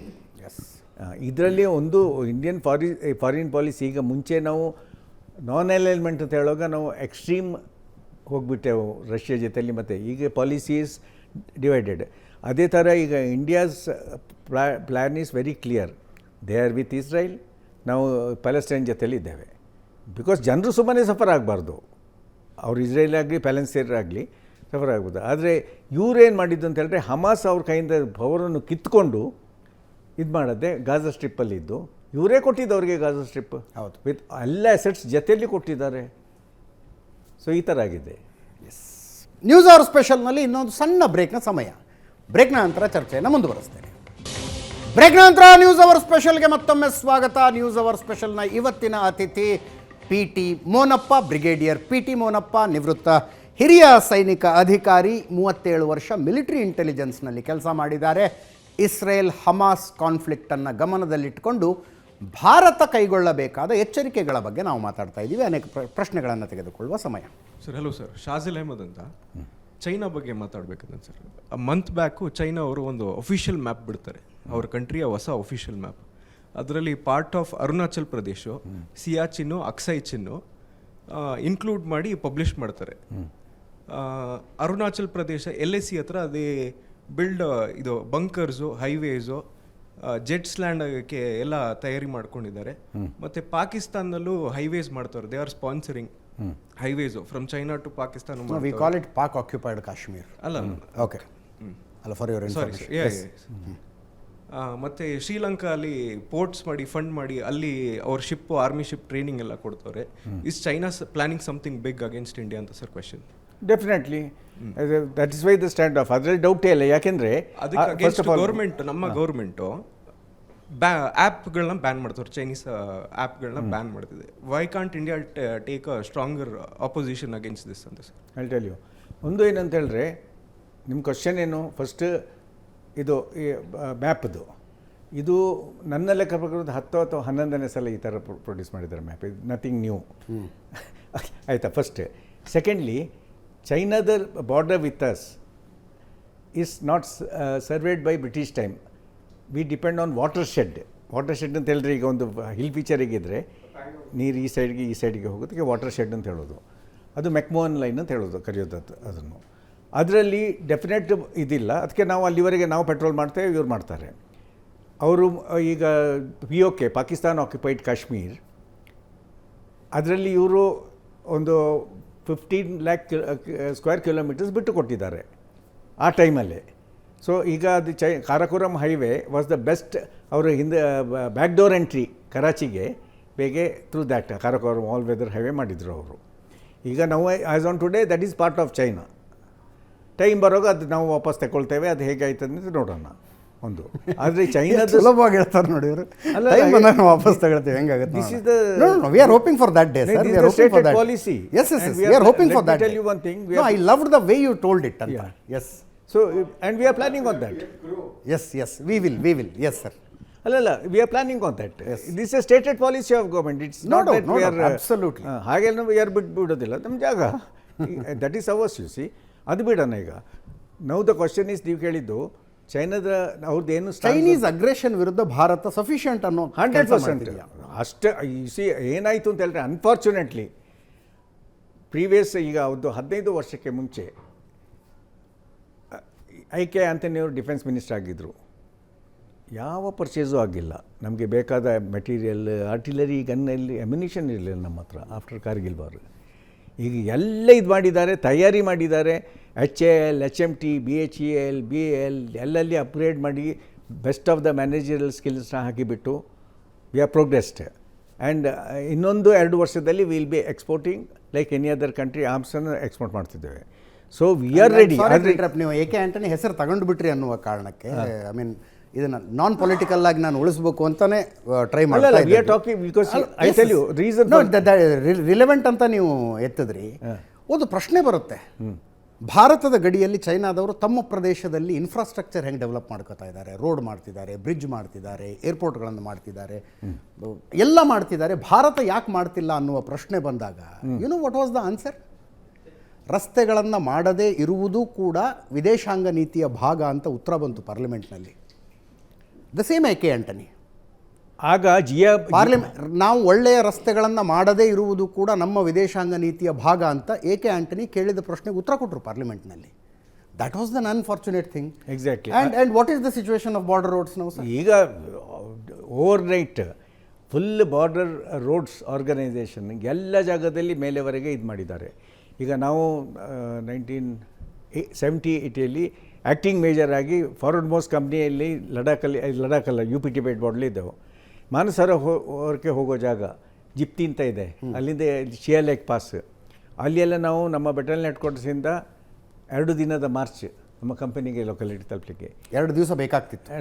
ಫುಲ್ ವಿತ್ ಮ್ಯೂಲ್ಸ್, ಪಿಕೋ ಪ್ಯಾಟ್ and all that, because it's no condition. ಹೌದು, ಬಂಕರಲ್ಲಿ ಬಂಕಲ್ಲಿ ಇರ್ತೀವಿ. ಇದೆಲ್ಲ ಇಂಪ್ರೂವ್ ಆಗಿಬಿಟ್ಟು ಈಗ ರೋಡ್ ಮಾನಸರೋವರದ ಜಿಪ್ತಿವರೆಗೆ ಜೀಪೇಬಲ್ ರೋಡ್ ಇದೆ, ಬಸ್ಸಸ್ ಹೋಗ್ತಿದೆ. ಅದೇ ಬಾರ್ಡರ್ ರೋಡ್ಸ್ ಎಲ್ಲ ಈಗ ತಯಾರು ಮಾಡಿಬಿಟ್ಟಿದ್ದಾರೆ. ನಾವು ಅವ್ರ ಕ್ವಶನ್ ಏನು ಅಂತ ಹೇಳಿದ್ರೆ, ಚೈನಾದು ಈಗ ಅವರು ಹೆಲಿಪ್ಯಾಡ್ ಮಾಡ್ತಿದ್ದಾರೆ ಅಂತ ನಾವು ಮಾಡ್ತಿದ್ದೇವೆ.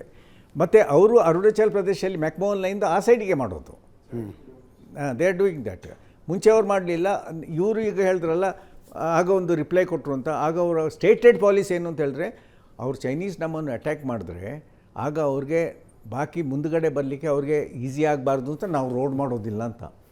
ಮತ್ತು there is a chief minister of Arunachal Pradesh, Gegong Apang ಅಂತ, ಅವರು ಓಪನ್ ಆಗಿ ಚಾಲೆಂಜ್ ಕೊಟ್ಟರು. ದೇ ರೋಟ್ ಎ ಲೆಟರ್, ಪ್ರೆಸ್ಸಿಗೆ ಹೋದರು. ಹೀಗೆ ಮಾಡೋದಾದರೆ ನಾವು ಇಂಡಿಯಾದ ಜೊತೆಲಿ ಯಾಕೆ ಇರಬೇಕು, ನಾವು ಚೈನಾದ ಜೊತೆಲಿ ಇರ್ತೇವೆ ಅಂತ. ನೀವು ಡೆವಲಪ್ ಮಾಡಲಿಲ್ಲ ಅಂದರೆ ಇನ್ನೇನು ಮಾಡಬೇಕು ಅವರು? ಅಲ್ಲಿಂದ ಅಷ್ಟರವರೆಗೆ ಈ ಗೌರ್ಮೆಂಟ್ ಬಂತು, ಈಗ we are in the status. ಮತ್ತು ಇನ್ನೊಂದು China has got their own, ತುಂಬ ತಲೆನೋವಿದೆ ಅವ್ರಿಗೆ, ಆಯಿತಾ. ಒಂದು ತೈವಾನ್ದು ಫಸ್ಟ್ ಅದನ್ನು ಅವ್ರು ಸಾರ್ಟ್ ಔಟ್ ಮಾಡಲಿ. ಹಾಂಗ್ಕಾಂಗಲ್ಲಿ ಏನಾಗ್ತಿದೆ ಗೊತ್ತಿದೆ. ಜಪಾನ್ ಜೊತೆಯಲ್ಲಿ ಕಿರಿಕಿರಿ, ಸೌತ್ ಚೈನಾ ಸಿ, ಬೇಡದಲ್ಲೆಲ್ಲ ಫ್ರಂಟ್ ಓಪನ್ ಮಾಡಿದ್ದಾರೆ. ಬೆಲ್ಟ್ ರೋಡ್ ಪಾಲಿಸಿ ಅದು ಇನ್ನೊಂದು ಅವ್ರಿಗೆ ಪೆಟ್ಟಾಗ್ತಿದ್ದೆ.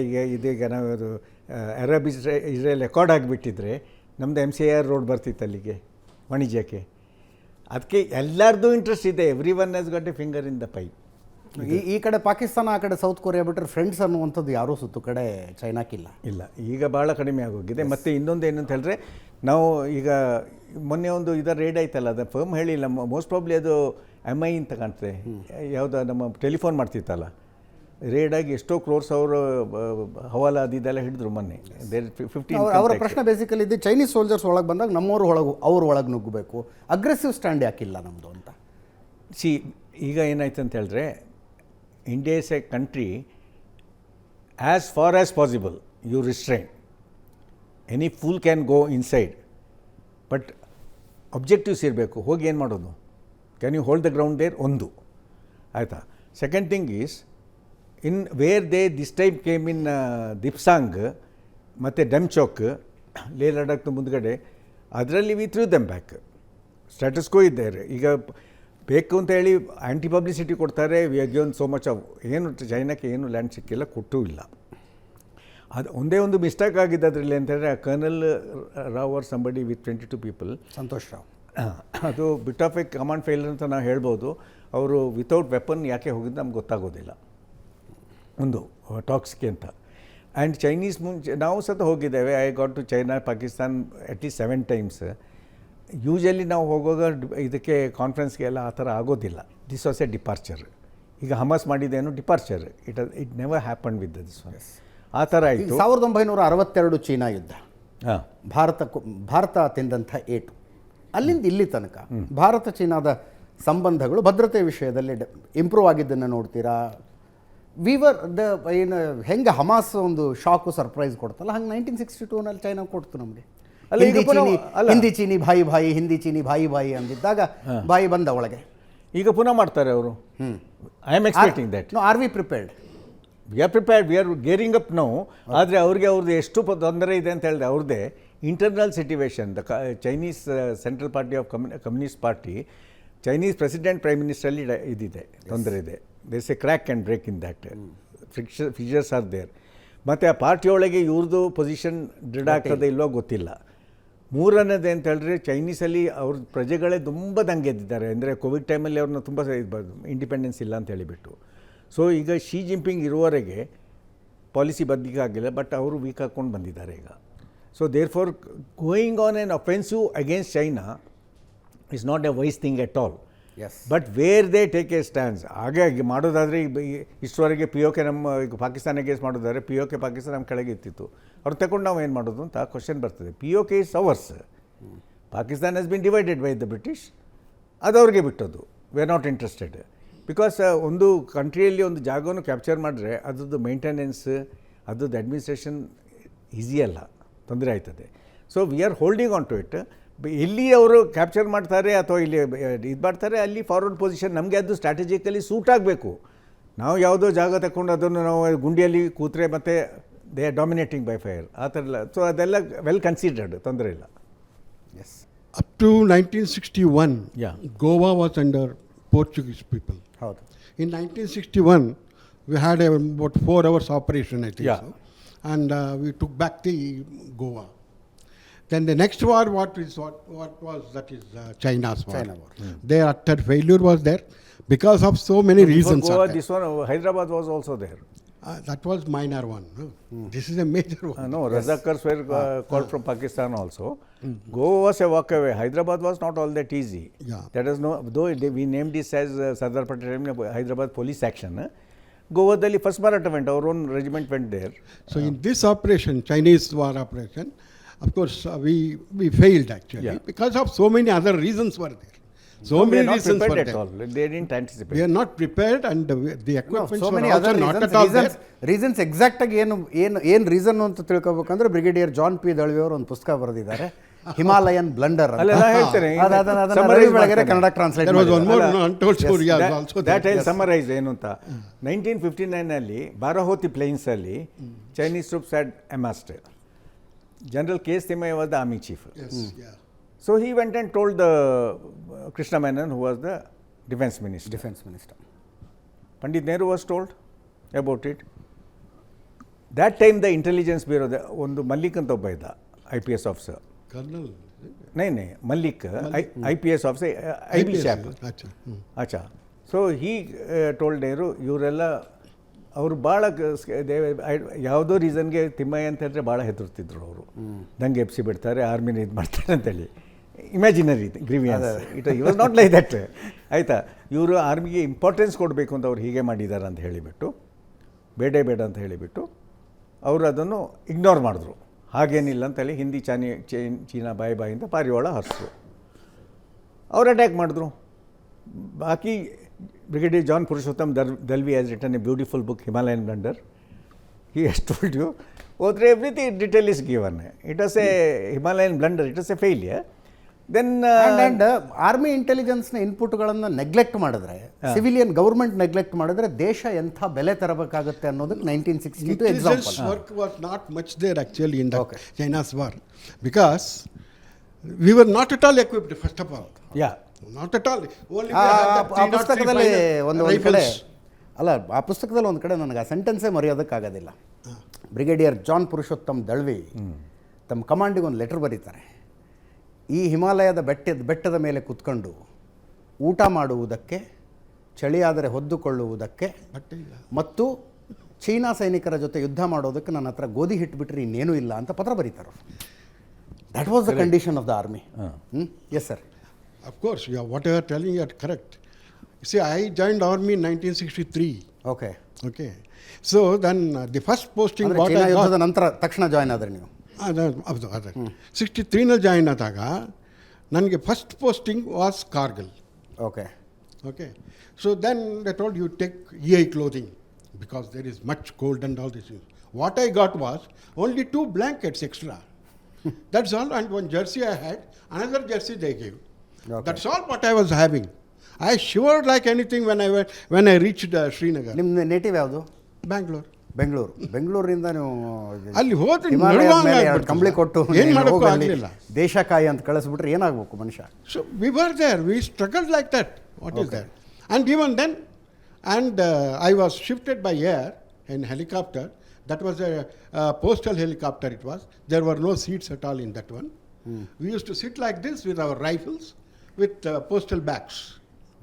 We were dropped there. And in Kargil, of course, you know what was the condition of the cold, this thing. Only one sigdi was given in our room.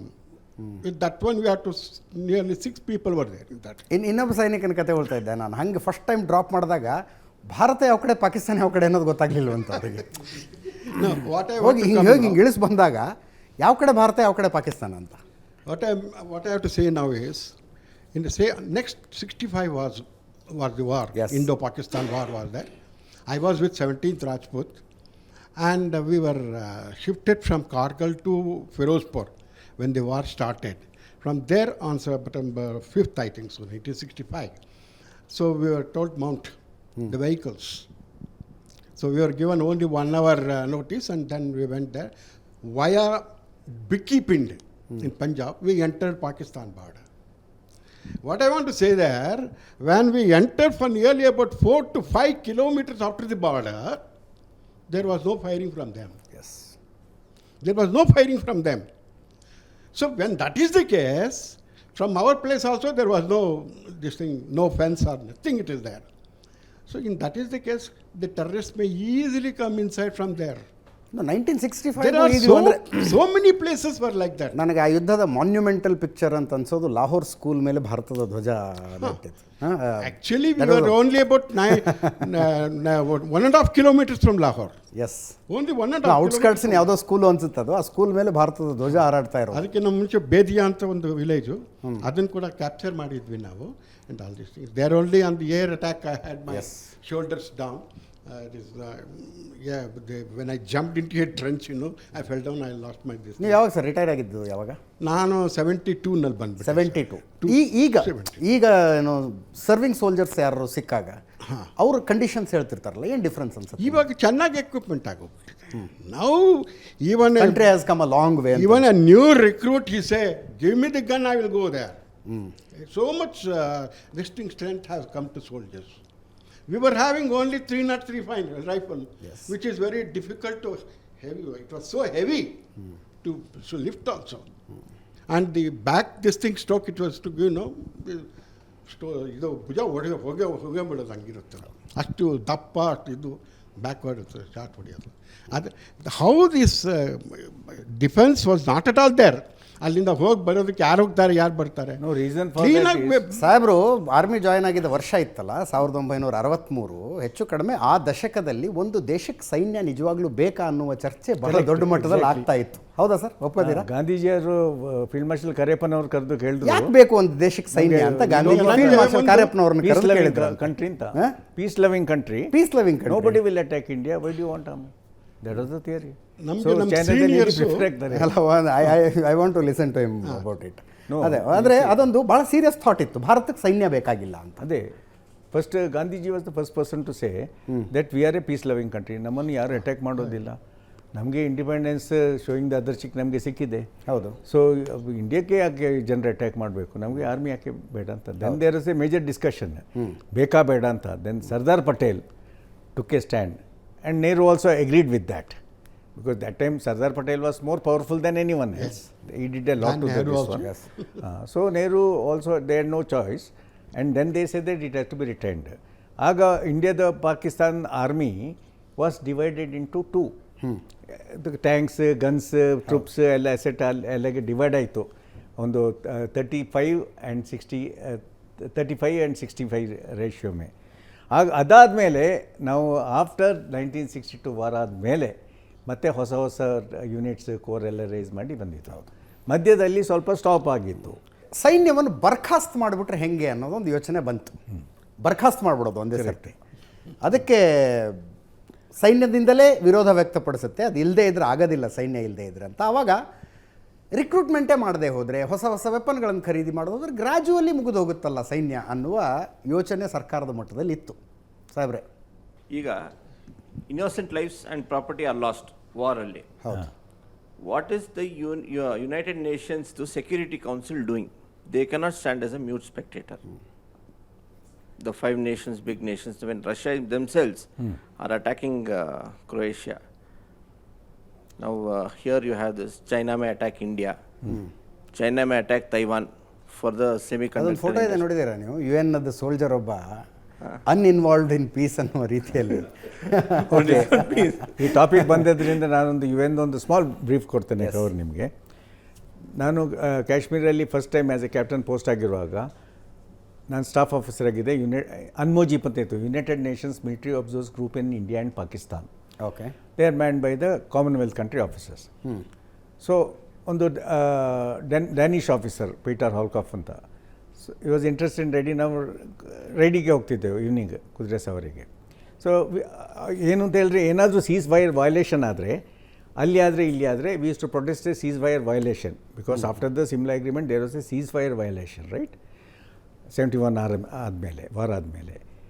ಆಗ ಅವ್ರೇನು ಮಾಡೋದು, ಇಲ್ಲಿಂದ ಹೋಗಿ they were paid very well from the United Nation that time in pounds and dollars, you can imagine. They are staying in houseboats in Kashmir with the families and all. 7 officers ಇದರಲ್ಲಿ. ಅವ್ರಿಗೇನು ಕೆಲಸ ಇಲ್ಲ, ಈ ಸೈಡಿಂದ ಆ side ಹೋಗಿ seize fire violation ಇದು ಮಾಡೋದು. ಕೆಲವು ಸಲ ಕೆಲವರು ಇಲ್ಲಿದ್ದ ಇನ್ಫಾರ್ಮೇಷನ್ ಅಲ್ಲಿಗೆ ಕೊಡ್ತಿದ್ರು. ಡೆಫಿನೆಟ್ಲಿ ಅದು ಇದು ಪೀಟರ್ ಹಾಲ್ಕಾಫ್ ನಮಗೆ ಹೇಳಿದ್ರು, ಆಫೀಸರ್ ಪೋಸ್ಟಿಂಗ್ ಆದಮೇಲೆ. ಅಂದರೆ ಭಾರತದ ಬಗ್ಗೆ ಮಾಹಿತಿನ ಪಾಕಿಸ್ತಾನಕ್ಕೆ ಕೊಡ್ತಾ ಇದ್ರು. ಪಾಕಿಸ್ತಾನ್ಗೆ ಅವ್ರ ಬಗ್ಗೆ ಮಾಹಿತಿ ನಮಗೆ ಅಷ್ಟು ಸಿಗ್ತಿರಲಿಲ್ಲ, ಕೆಲವರು ತಗೊಳ್ತಿದ್ದೆವು ಫ್ರಮ್ ಇಂಟೆಲಿಜೆನ್ಸ್ ಇದು. ಆದರೆ ಅವ್ರದ್ದು ರೋಲ್ ಏನಿರಲಿಲ್ಲ. ಈಗ ಆ ಟೈಮಲ್ಲಿ ಇಟ್ ವಾಸ್ ಎ ವೇಸ್ಟ್. ಅದಕ್ಕೆ government of India is to pay the money. ಅದೆಷ್ಟೋ ಕ್ರೋರ್ಸ್ ಬರ್ತಿತ್ತು ಆ ಟೈಮಲ್ಲಿ, ಅದನ್ನು ಇನ್ಕ್ರೀಸ್ ಮಾಡಿದ್ರು. ಈಗ ಈ ಗೌರ್ಮೆಂಟ್ ಸತ ಯಾಕೆ ಇಷ್ಟು ಟೈಮ್ ತಗೊಂಡ್ರು ಗೊತ್ತಿಲ್ಲ. ಒಂದು 6 ತಿಂಗಳ ಮುಂಚೆ ನ್ಯೂಸ್ ಬಂತು, ಎಲ್ಲರನ್ನೂ ಒಂದೇ ದಿನ ಪ್ಯಾಕ್ ಮಾಡಿದ್ರು. ನೀವು ಬೇಡ ಅಂತ ಅಂದರೆ ಅವರಿಂದ ಏನು ಪ್ರಯೋಜನ ಇಲ್ಲ. My next personal view and point about United Nation, ಅದನ್ನು ಕ್ಲೋಸ್ ಮಾಡಿದ್ರೆ better. It's a useless organisation. I tell you ಯಾಕೆ ಅಂತ ಹೇಳ್ತೇನೆ. ನಾವು ಈಗ ನಮ್ಮದು ಒಂದು ಕಮಾಂಡರ್ ಭಗತ್ ಅಂತ ಪಾಕಿಸ್ತಾನ ಜೈಲಲ್ಲಿದ್ದಾರೆ. 16 ಬೆಂಚ್ ಜಡ್ಜ್ ಒಂದು ತೀರ್ಪು ಕೊಡ್ತು, ಕರೆಕ್ಟಾ, ಅವ್ರನ್ನ ರಿಲೀಸ್ ಮಾಡಬೇಕು ಅಂತ. International court of justice ICJ when they give a ruling with total 16 judges, ಒಂದು ಸತ ಬೇರೆ ಭಿನ್ನಾಭಿಪ್ರಾಯ ಇಲ್ಲದರಲ್ಲಿ ಇಷ್ಟರವರೆಗೆ ಅವರು ರಿಲೀಸ್ ಮಾಡಲಿಲ್ಲ. They care a damn about it ಅಷ್ಟೇ. ನೆಕ್ಸ್ಟ್ ಅವರು ಯಾವ ಜಾಗದಲ್ಲಿ ಹೋಗಿ, ಈಗ ಮುಂಚೆ NNRC ಕಮಿಷನ್ ಇತ್ತು. Again general Thimayya was the chairman of the NNRC commission. Later on was in the United Nation force. ಅವರು they are always a peace keeping force. So if the peace is violated, they have to interfere. They can do nothing. Interfere ಮಾಡಿ ಏನು ಮಾಡ್ತಾರೆ? You see, because ಎಲ್ಲ throughout African continent ಇದಾಗಿದೆ. So ಅಲ್ಲಿಂದ we are paying ಕೆಲವು nations ಈಗ United ನೇಷನ್ಗೆ yearly subscription ಕೊಡೋದೇ ಇಲ್ಲ. ಈಗ ಇವರಿಂದ ನಮಗೆ UNESCO, United Nation Education Scientific Cultural Organisation, ನಮ್ಮದು ಕಂಪ್ಲೀಟ್ ಸರ್ವೆ ಆಫ್ ಇಂಡಿಯಾದು ಪ್ರಾಪರ್ಟೀಸ್ ಅದಿದೆಲ್ಲ. ಇಂಡಿಯಾದಲ್ಲಿ ಎಷ್ಟೆಷ್ಟು ದೊಡ್ಡ ಮಾನ್ಯುಮೆಂಟ್ಸ್ ಇದೆ ಅಂತ ಹೇಳಿದ್ರೆ ಇಡೀ ವರ್ಲ್ಡ್ ಇದು ಗ್ಲೋಬ್ ಚಕಿತ ಆಗ್ತದೆ ಅದನ್ನು ನೋಡಿಬಿಟ್ಟು. ಅದರಲ್ಲಿ ಎಷ್ಟನ್ನು ಅವರು ಹೆರಿಟೇಜ್ ಅಂತ ಮಾಡಿದ್ದಾರೆ, ಯಾವುದನ್ನೆಲ್ಲ ಮಾಡಿದ್ದಾರೆ, 7 ವಂಡರ್ಸ್ ಆಫ್ ದ ವರ್ಲ್ಡಲ್ಲಿ. See, there are lot of fallacies ಇದರಲ್ಲಿದೆ. ಸೊ ಈ ಆರ್ಗನೈಸೇಷನ್ ಏನು ಅಂತ ಹೇಳಿದ್ರೆ ಈಗ ಬರೀ ಇನ್ಎಫೆಕ್ಟಿವ್ ಆಗಿಬಿಟ್ಟಿದೆ. Whether it is a legal field, whether bringing a peace or not. ಈಗ ನೀವು ಯುನೈಟೆಡ್ ನೇಷನ್ ಅವರು ಯೂಶಲಿ ಬರೋದು ಲಾಸ್ಟಿಗೆ. ಅವರೀಗ ಒಂದು ರೆಸಲ್ಯೂಷನ್ ಪಾಸ್ ಮಾಡಿದರೆ ಹಮಾಸ್ ಒಪ್ತಾರಾ ಅದಕ್ಕೆ? ಇಲ್ಲ. ಇಸ್ರೇಲ್ ಒಪ್ತಾರಾ? ಇಲ್ಲ. ಯಾಕೆಂದರೆ ಇಸ್ರೇಲ್ಗೆ ಇದನ್ನು ಲೂಸ್ ಮಾಡಿದ್ರೆ ಅವ್ರಿಗೆ ಹೋಗಲಿಕ್ಕೆ ಜಾಗನೇ ಇಲ್ಲ. ಎಲ್ಲಿಗೆ ಹೋಗ್ತಾರೆ? ಯಾರು ತಗೊಳ್ತಾರೆ ಅವರು? ಅದು ಪ್ರಾಬ್ಲಮ್. ಸೊ ಅದರಿಂದಾಗಿ ಅವರ ಇಂಟರ್ಫಿಯರೆನ್ಸ್, ಅವರ ಸಹಾಯ ನೀವು ಅದನ್ನು don't think of it at all. Simple. ಸರಿ, ಮಿಲಿಟ್ರಿ ಇಂಟೆಲಿಜೆನ್ಸ್ ಅಂತ ಬಂದಾಗ, ಈಗ ಮಿಲಿಟ್ರಿ ಯುದ್ಧ ಕಾರ್ಯಾಚರಣೆ ಅಂತ ಬಂದಾಗ ಯಾರು ಗೆಲ್ತಾರೋ ಅವ್ರದ್ದು ಹೆಸರಾಗತ್ತೆ. ಈ ಯುದ್ಧವನ್ನು ನಾವು ಗೆದ್ವಿ, ಈ ಕಾರ್ಯಾಚರಣೆಯಲ್ಲಿ ನಾವು ಗೆದ್ವಿ, ಇಷ್ಟು ಜನ ಟೆರರಿಸ್ಟನ್ನು ಹೊಡೆದ್ವಿ, ಇತ್ಯಾದಿ ಇತ್ಯಾದಿ ಬರುತ್ತೆ. ಬಟ್ ಮಿಲಿಟ್ರಿ ಇಂಟೆಲಿಜೆನ್ಸು ಅನೇಕ ಘಟನೆಗಳನ್ನು ತಪ್ಪಿಸಿರುತ್ತೆ. ಯುದ್ಧ ಆಗೋದನ್ನೇ ತಪ್ಪಿಸುತ್ತೆ, ಬಾಂಬ್ ಬ್ಲಾಸ್ಟ್ ಆಗೋದನ್ನೇ ತಪ್ಪಿಸುತ್ತೆ, ಟೆರರಿಸ್ಟ್ಗಳ ದೇಶದ ಒಳಗೆ ಬರೋದೇ ತಪ್ಪಿಸುತ್ತೆ. ನೀವು ಕೆಲಸ ಮಾಡುವಾಗ ಅನ್ನಿಸ್ತಿರ್ಲಿಲ್ಲ ಒಂಥರ ಅನ್ಥ್ಯಾಂಕ್ಫುಲ್, ಇದು ಥ್ಯಾಂಕ್ಲೆಸ್ ಜಾಬ್ ಇದು ಅಂತ ಅನ್ನಿಸ್ತಿರ್ಲಿಲ್ವಾ? It's A peculiar. ಅಂದರೆ ಈಗ ಯಾರೋ ಒಬ್ಬ, I've red a lot of stories, ಯಾವುದೋ ದೇಶದಲ್ಲಿ ವೇಷ ಮರೆಸ್ಕೊಂಡಿದ್ದು, ಇನ್ನೇನೋ ಹೆಸರು ತಗೊಂಡು, ಕೆಲವೊಬ್ಬರು ಪಾಪ ಈ ಸ್ಪೈ ಆಗಿ ಬೇರೆ ದೇಶಗಳಲ್ಲಿ ಇದ್ದಂಥವರು ಗಂಡ ಹೆಂಡತಿಯಲ್ಲಿರ್ತಾರೆ, ಮಕ್ಕಳಲ್ಲೇ ಹುಟ್ಟುತ್ತಾರೆ, ಮಕ್ಕಳಿಗೆ ತಮ್ಮ ರೋಲ್ ಏನಿರುತ್ತಲ್ಲ ಅದಕ್ಕೆ ತಕ್ಕನಾದ ಹೆಸರುಗಳನ್ನು ಕೊಡಬೇಕು. ಆ ಮಕ್ಕಳನ್ನ ವಾಪಸ್ ಇಂಡಿಯಾಗೆ ಕರ್ಕೊಂಡ್ಬಂದಮೇಲೆ ಹೆಸರು ಚೇಂಜ್ ಮಾಡಿ ಡಾಕ್ಯುಮೆಂಟ್ ಕ್ರಿಯೇಟ್ ಮಾಡೋದು ಕಷ್ಟ. ಯಾವುದೋ ದೇಶದಲ್ಲಿ ಹೆಸರು ವೇಷ ಮರೆಸ್ಕೊಂಡಿದ್ದಾಗ ಹುಟ್ಟಿರೋಂಥ ಮಕ್ಕಳವರು ವಾಪಸ್ ಬಂದಾಗ ಈಗ ಅಟ್ಲೀಸ್ಟ್ ಒಬ್ಬ ಸೆಲೆಬ್ರೇಟೆಡ್ ಆರ್ಮಿ ಆಫೀಸರ್ಗೆ ಹೋದಲ್ಲಿ ಒಂದು ರೆಸ್ಪೆಕ್ಟ್ ಸಿಗುತ್ತೆ, ಓಪನ್ ಆಗಿ ಒಂದು ಮೆಡಲ್ ಸಿಗುತ್ತೆ. ಅದು ಯಾವುದೂ ಇರೋದಿಲ್ಲಲ್ಲ, ಥ್ಯಾಂಕ್ಲೆಸ್ ಜಾಬ್ ಅಂತ ಅನ್ಸೋದಿಲ್ವಾ? ಇರ್ತದೆ. ಈಗ ಫಾರ್ ಎಕ್ಸಾಂಪಲ್ ಟೋಟಲ್ ಸರ್ವಿಸ್ಗೆ ಆನ್ ಸೈಟೇಷನ್ ಇರ್ತದೆ. ಈಗ ನಮಗೂ ಪ್ರೆಸಿಡೆಂಟ್ ಮೆಡಲ್ ಸಿಕ್ಕಿದೆ PSM ಅದ್ರ ಮೇಲೇ. ಅದು because I was in Sri Lanka. ಶ್ರೀಲಂಕಾದಲ್ಲಿ I been in various theatres. ಏನಾಯ್ತದೆ ಅಂತ ಹೇಳಿದ್ರೆ, ಈಗ ನಾವು ಅಂಡರ್ ಕವರ್ ಅಪಾಯಿಂಟ್ಮೆಂಟಲ್ಲಿ ಹೋಗುವಾಗ ನಿಮ್ಮನ್ನು ಇದು ಈಗ ಥ್ಯಾಂಕ್ಸ್ ಮಾಡಿ ಇದು ಮಾಡಿದ್ರೆ ಗೊತ್ತಾಗುತ್ತೆ ಜಗತ್ತಿಗೆ ಯು ಆರ್ ಬಂಪ್ಡ್ ಆಫ್. ಅಲ್ಲ, ದೇರ್ ಎನಿಮಿ ವಿದಿನ್. ಈಗ ದೇರ್ ಇಂಟೆಲಿಜೆನ್ಸ್ ನಮ್ಮ ಆಪ್ರೇಟರ್ ಪಾಕಿಸ್ತಾನ ಚೈನಾದಲ್ಲಿ ಇರುವಾಗೆ ಹೌದು ಆಪ್ರೇಟ್ರು ಇಲ್ಲಿ ಇರ್ತಾರಲ್ಲ, ಎಲ್ಲ ಕಂಟ್ರಿದ್ದು ಇರ್ತಾರೆ. You become a target. ಅದೊಂದು, ಅದಕ್ಕೆ ಪಬ್ಲಿಸಿಟಿ ಕೊಡೋದಿಲ್ಲ. ಸೆಕೆಂಡ್ಲಿ, ಒಂದು ಈ ಟಾಪಿಕ್ ಬಂದ್ರಿಂದ ಒಂದು ಹೇಳೋದು, ಇದು ಅದು ಥ್ಯಾಂಕ್ಲೆಸ್ ಜಾಬ್ ಇದು ಅಲ್ವಾ? ಯಾಕೆಂದರೆ ಈಗ ನೀವು ನಿಮ್ಮ ಇಂಟ್ರೆಸ್ಟಲ್ಲಿ ಬೇಕಾದರೆ ಕೆಲಸ ಮಾಡ್ಬೋದು. ಈಗ ನಾನು ಕೆಲಸ ಮಾಡೋದೇ ಸುಮ್ಮನಿದ್ರು ಯಾರಿಗೂ ಏನು ಮಾಡಲಿಕ್ಕೆ ಆಗೋದಿಲ್ಲ. ಕರೆಕ್ಟ್. ಆ ಥರದ್ದು ನೀವು ಫೈಲ್ ಮೂವ್ ಮಾಡಿಕೊಂಡು ಅನಾಲಿಸಿಸ್ ಹಾಕ್ಕೊಂಡು ಇರ್ಬೋದು. ಇದರಲ್ಲಿ ನಿಮಗೆ ತುಂಬ you have to have a appetite for risk. ಮತ್ತು ಇಂಟೆನ್ಷನ್ ಇರಬೇಕು ಕೆಲಸ ಮಾಡಲಿಕ್ಕೆ, ಝೀಲ್ ಇರಬೇಕು. ಕೆಲವ್ರಿಗೆ ಇರ್ತದೆ, ಕೆಲವ್ರಿಗಿಲ್ಲ. ಈಗ ನೀವು ಯಾವುದಾದ್ರೂ ಆರ್ಗನೈಸೇಷನ್ ತಗೊಂಡ್ರೆ ಇನ್ಕ್ಲೂಡಿಂಗ್ ಆರ್ಮಿಯಲ್ಲಿ ಸ್ವಲ್ಪ ಪರ್ಸೆಂಟ್ ಜಾಸ್ತಿ ಇರ್ಬೋದು. ಈಗ ನೀವು ಇನ್ಫೋಸಿಸ್ ತಗೊಳ್ಳಿ, ಕಾಗ್ನಿಸೆನ್ಸ್ ತಗೊಳ್ಳಿ, name the best of the Microsoft ತಗೊಳ್ಳಿ, it's already proved fact. Only 18% ಜನರು ದೇ ಡ್ರೈವ್ ದ ಆರ್ಗನೈಸೇಷನ್, ಅವ್ರ ಮೇಲೆ ದಟ್ ಈಸ್ ದ ಫೌಂಡೇಶನ್, ಅದ್ರ ಮೇಲೆ ನಿಂತಿರೋದು. ಬಾಕಿ ಜನರು ಕೆಲಸ ಮಾಡೋದಿಲ್ಲ ಅಂತಿಲ್ಲ. ಒಂದು 20-25% ಟೋಟಲ್ ಟೈಮ್ ಪಾಸ್ ಇರ್ತಾರೆ. ಊಟಕ್ಕಿದೆ ಲೆಕ್ಕಕ್ಕಿಲ್ಲ ಅಂತ ಆ ಟೈಪ್, ಆಟಕ್ಕಿದ್ರೆ ಲೆಕ್ಕಕ್ಕಿಲ್ಲ ಅಂತ ಎಲ್ಲ ಆರ್ಗನೈಸೇಷನ್ಲೂ ಎಲ್ಲಲ್ಲಿ ಇರ್ತದೆ. ಆರ್ಮಿಲಿ ಆದರೆ ಪರ್ಸೆಂಟೇಜ್ ಕಡಿಮೆ ಆ ಥರ ಇರೋದು. ಯಾಕೆಂದರೆ ಆರ್ಮಿದು ಪ್ರಾಬ್ಲಮ್ ಅಂತ ಹೇಳಿದ್ರೆ ಡಿಸಿಪ್ಲಿನ್. ಈಗ ಕೆಲಸ ಮಾಡೋದಿದ್ದರೆ ಅದನ್ನ ಮಾಡಲಿಕ್ಕೆ ಒಂದು ಆರ್ಮಿ ಆರ್ಡ್ರ್ ಇದೆ, ಆರ್ಮಿ ಲಾ ಇದೆ, ಅದನ್ನು ಇದು ಮಾಡ್ತಾರೆ, ಎನ್ಫೋರ್ಸ್ ಮಾಡ್ತಾರೆ. ಎಸ್. ಮತ್ತು ಬಾಕಿ ಜಾಗದಲ್ಲಿ ಇರುವಾಗ ಲಿಟಲ್ ಬಿಟ್ ಆಫ್ ಫೇವರಿಟಿಸಮ್ ಅದಿದ್ದಲ್ಲಿ ಇದ್ದೇ ಇರ್ತದೆ. ಅದು ಪಾಲಿಟಿಕ್ಸ್ ಇರ್ತದೆ, ಇದು ರೆಕಮೆಂಡೇಷನ್ ಅಂಥದ್ದೆಲ್ಲ ಪರ್ಸೆಂಟೇಜ್ ಭಾಳ ಕಡಿಮೆ. ಟ್ರೂ ಆಗಿ ಒಬ್ಬ ಕೆಲಸ ಮಾಡೋರಿಗೆ ತೊಂದರೆ ಇಲ್ಲ ಇಲ್ಲಿ. ಆದರೆ ಇದು ಮಾಡಿದರೆ ಅದರಲ್ಲಿ ಏನಾಯ್ತು ಅಂತ ಹೇಳಿದ್ರೆ, ನೀವು ಇಂಟೆಲಿಜೆನ್ಸ್ ಕೊಡುವಾಗ ಕೆಲವರು ಅದನ್ನು ಡಿಫೈ ಮಾಡ್ತಾರೆ. ನೀ ಹೇಗೆ ಹೇಳ್ತೆ, ಹಾಗೆ ಅಲ್ಲ, ಹೀಗೆ ಅಲ್ಲ ಅಂತ ಹೇಳಿಬಿಟ್ಟು. ಆ ಥರದಲ್ಲಿ ಏನಾಯ್ತು ಅಂತಂದರೆ ಕೆಲವು ಸಲ ಅದು ಒಂದು ಡಿಫ್ರೆಂಟ್ ವರ್ಲ್ಡ್ ಆಲ್ ಟುಗೆದರ್. ಯಾಕಂದರೆ ನಾವು ಸಿವಿಲ್ ಡ್ರೆಸ್ಸಲ್ಲಿ ಇರ್ತೇವೆ. ಈಗ ನಾವು ಸತ್ತು ಸ್ಪೆಷಲ್ ಆಪರೇಷನಲ್ಲಿ ಇರುವಾಗ ನಾವು ಐಡೆಂಟಿಫೈ ಕೊಡೋದಿಲ್ಲ. ನಾನು ಒಂದು ಪರ್ಟಿಕ್ಯುಲರ್ ಆಪರೇಷನಲ್ಲಿ ಮತ್ತು ಅನೇಕ ಸಂದರ್ಭದಲ್ಲಿ ಇನ್ಯಾವುದೋ ಪಾಸ್ಪೋರ್ಟಲ್ಲಿ ಓಡಾಡಬೇಕು, ಎಕ್ಸಾಕ್ಟ್ಲಿ, ಇನ್ಯಾವುದೋ ಹೆಸರಿನಲ್ಲಿ ಬದುಕಬೇಕಾಗುತ್ತೆ. ಎಕ್ಸಾಕ್ಟ್ಲಿ. ಶಾರ್ಟ್ ಟೈಮ್ಗಾದರೂ ಹೋಗ್ಬೇಕಾಗಿತ್ತು. ಈಗ ನಾವು ಹೊರಗೆ ಬೇರೆ ಕಂಟ್ರೀಸ್ಗೆ ಹೋಗುವಾಗ ಏನಾದರೂ ಅಂಥ ಕೆಲಸ ಇದ್ದರೆ, ಎಂಬಾಸಿ ಕೆಲಸ ಇದ್ದರೆ ಡಿಪ್ಲೊಮ್ಯಾಟಿಕ್ ಪಾಸ್ಪೋರ್ಟ್ ಇರ್ತಿತ್ತು. ಎಸ್. ಇಲ್ಲದಿದ್ದರೆ ನಮ್ಮನ್ನು ರಜದಲ್ಲಿ ತೋರಿಸಿ ನಾವು ಹೋಗಿ ನಮ್ಮ ಹೆಸರಲ್ಲೇ ಹೋಗೋದು. ಆದರೆ ಇಟ್ ಕ್ಯಾನಾಟ್ ಬಿ ಟ್ಯಾಲಿಡ್. ಈಗ ಟ್ಯಾಲಿ ಮಾಡ್ಬೋದು ಅವರು ಮಿಲಿಟರಿ ಇಂಟೆಲಿಜೆನ್ಸ್ ಅಂತ. ಆದರೆ ನಾನು ಯು ಎಸ್ ಎಲ್ಲಿ ನನಗೊಂದು ಎಕ್ಸ್ಪೀರಿಯೆನ್ಸ್ ಇದೆ. ನಂದೊಂದು ಕಾರ್ಡ್ ಯಾರಿಗೂ ಕೊಟ್ಟಿದ್ದು, ಅವರನ್ನು this federal bureau of investigation ಯಾರೊಬ್ಬರು ಕೊಡಗಿನವರೇ, ಅವ್ರ ಮನೆಗೆ ಹೋಗಿದ್ದು. ಯಾವುದೋ ಇದರಲ್ಲಿ ನಂದು ಕಾರ್ಡ್ ಇತ್ತು, ಅದರಲ್ಲಿ ಮಿಲಿಟರಿ ಇಂಟೆಲಿಜೆನ್ಸ್ ಇತ್ತು. ನಾನು ಎಂಬಾಸಿಗೆ ಹೋಗಿ ಅವ್ರ ಮನೆಗೆ ಹೋಗಿದ್ದೆ. ಅದು ಅವರೆಲ್ಲಿ ಮಿಸ್ಪ್ಲೇಸ್ ಮಾಡಿ, ಆ್ಯಕ್ಚುಲಿ ಅವರು ಹೇಳಿದರು FAO, ಫುಡ್ ಆ್ಯಂಡ್ ಅಗ್ರಿಕಲ್ಚರ್ ಆರ್ಗನೈಸೇಷನ್ಗೆ ಕೆಲಸ ಮಾಡೋದು ಅಂತ ಅವ್ರ ಕವರ್ ಸ್ಟೋರಿ. ಆದರೆ he was also working for the intelligence, not CIA but FBA.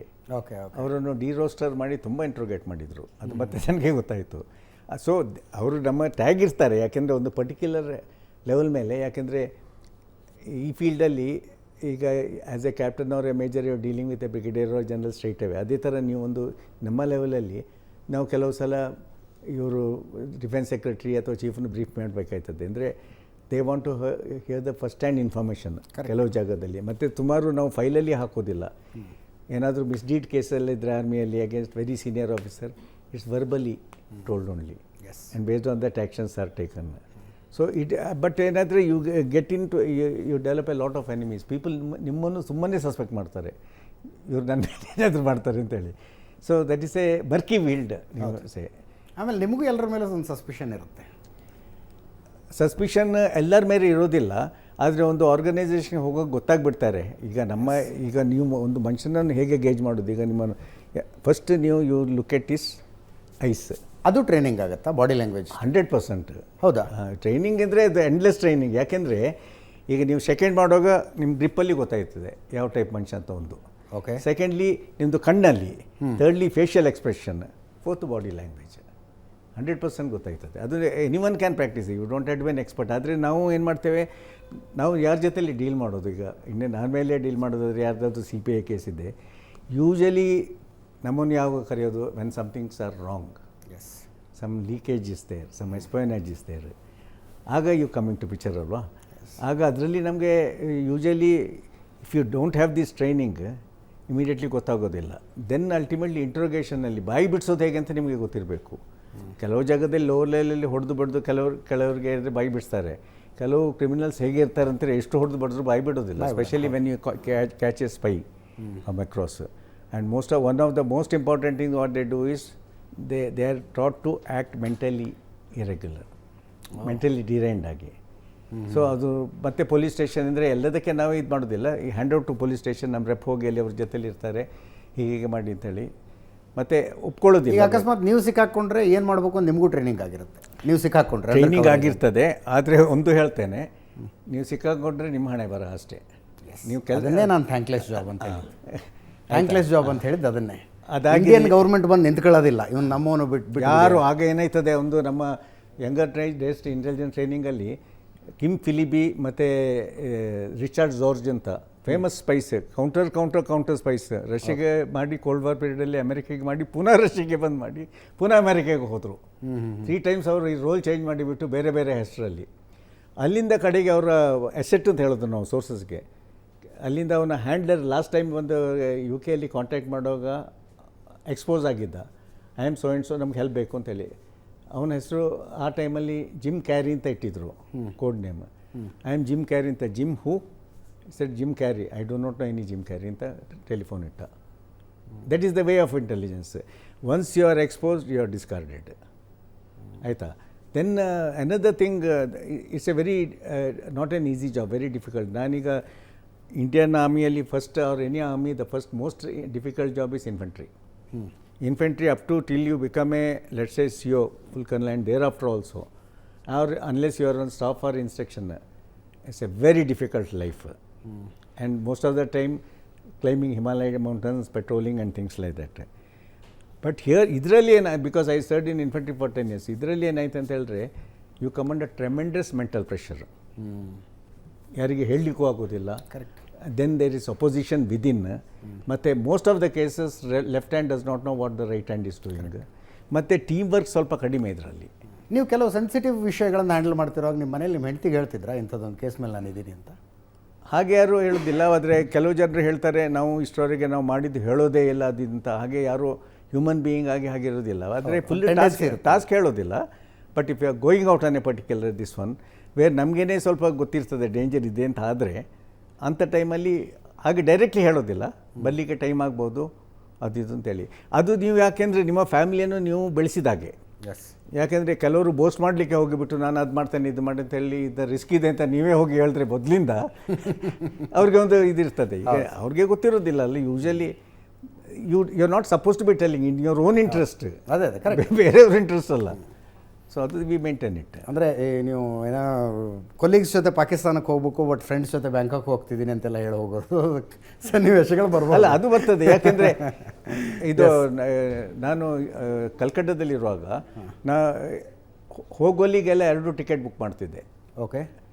ಈಗ ನಾನು ಲಾಸ್ಟ್ ಟೈಮ್ ಒಂದು ಸಲ ಏನಾಯಿತು, ಲಿಮಕಾಂಗ್ಗೆ ಹೋಗೋ ನಾನು I was targeted by the NSC NIM ಆಗ್ಲ್ಯಾಂಡ್. ಬಿಕಾಸ್ ನಾನು ಹೋಗಿ ಒಂದು 2 ತಿಂಗಳಲ್ಲಿ ಒಂದು ರೈಡ್ ಮಾಡಿಬಿಟ್ಟು ನಾನೇ ಪರ್ಸ್ನಲಿ ಹೋಗಿದ್ದೆ.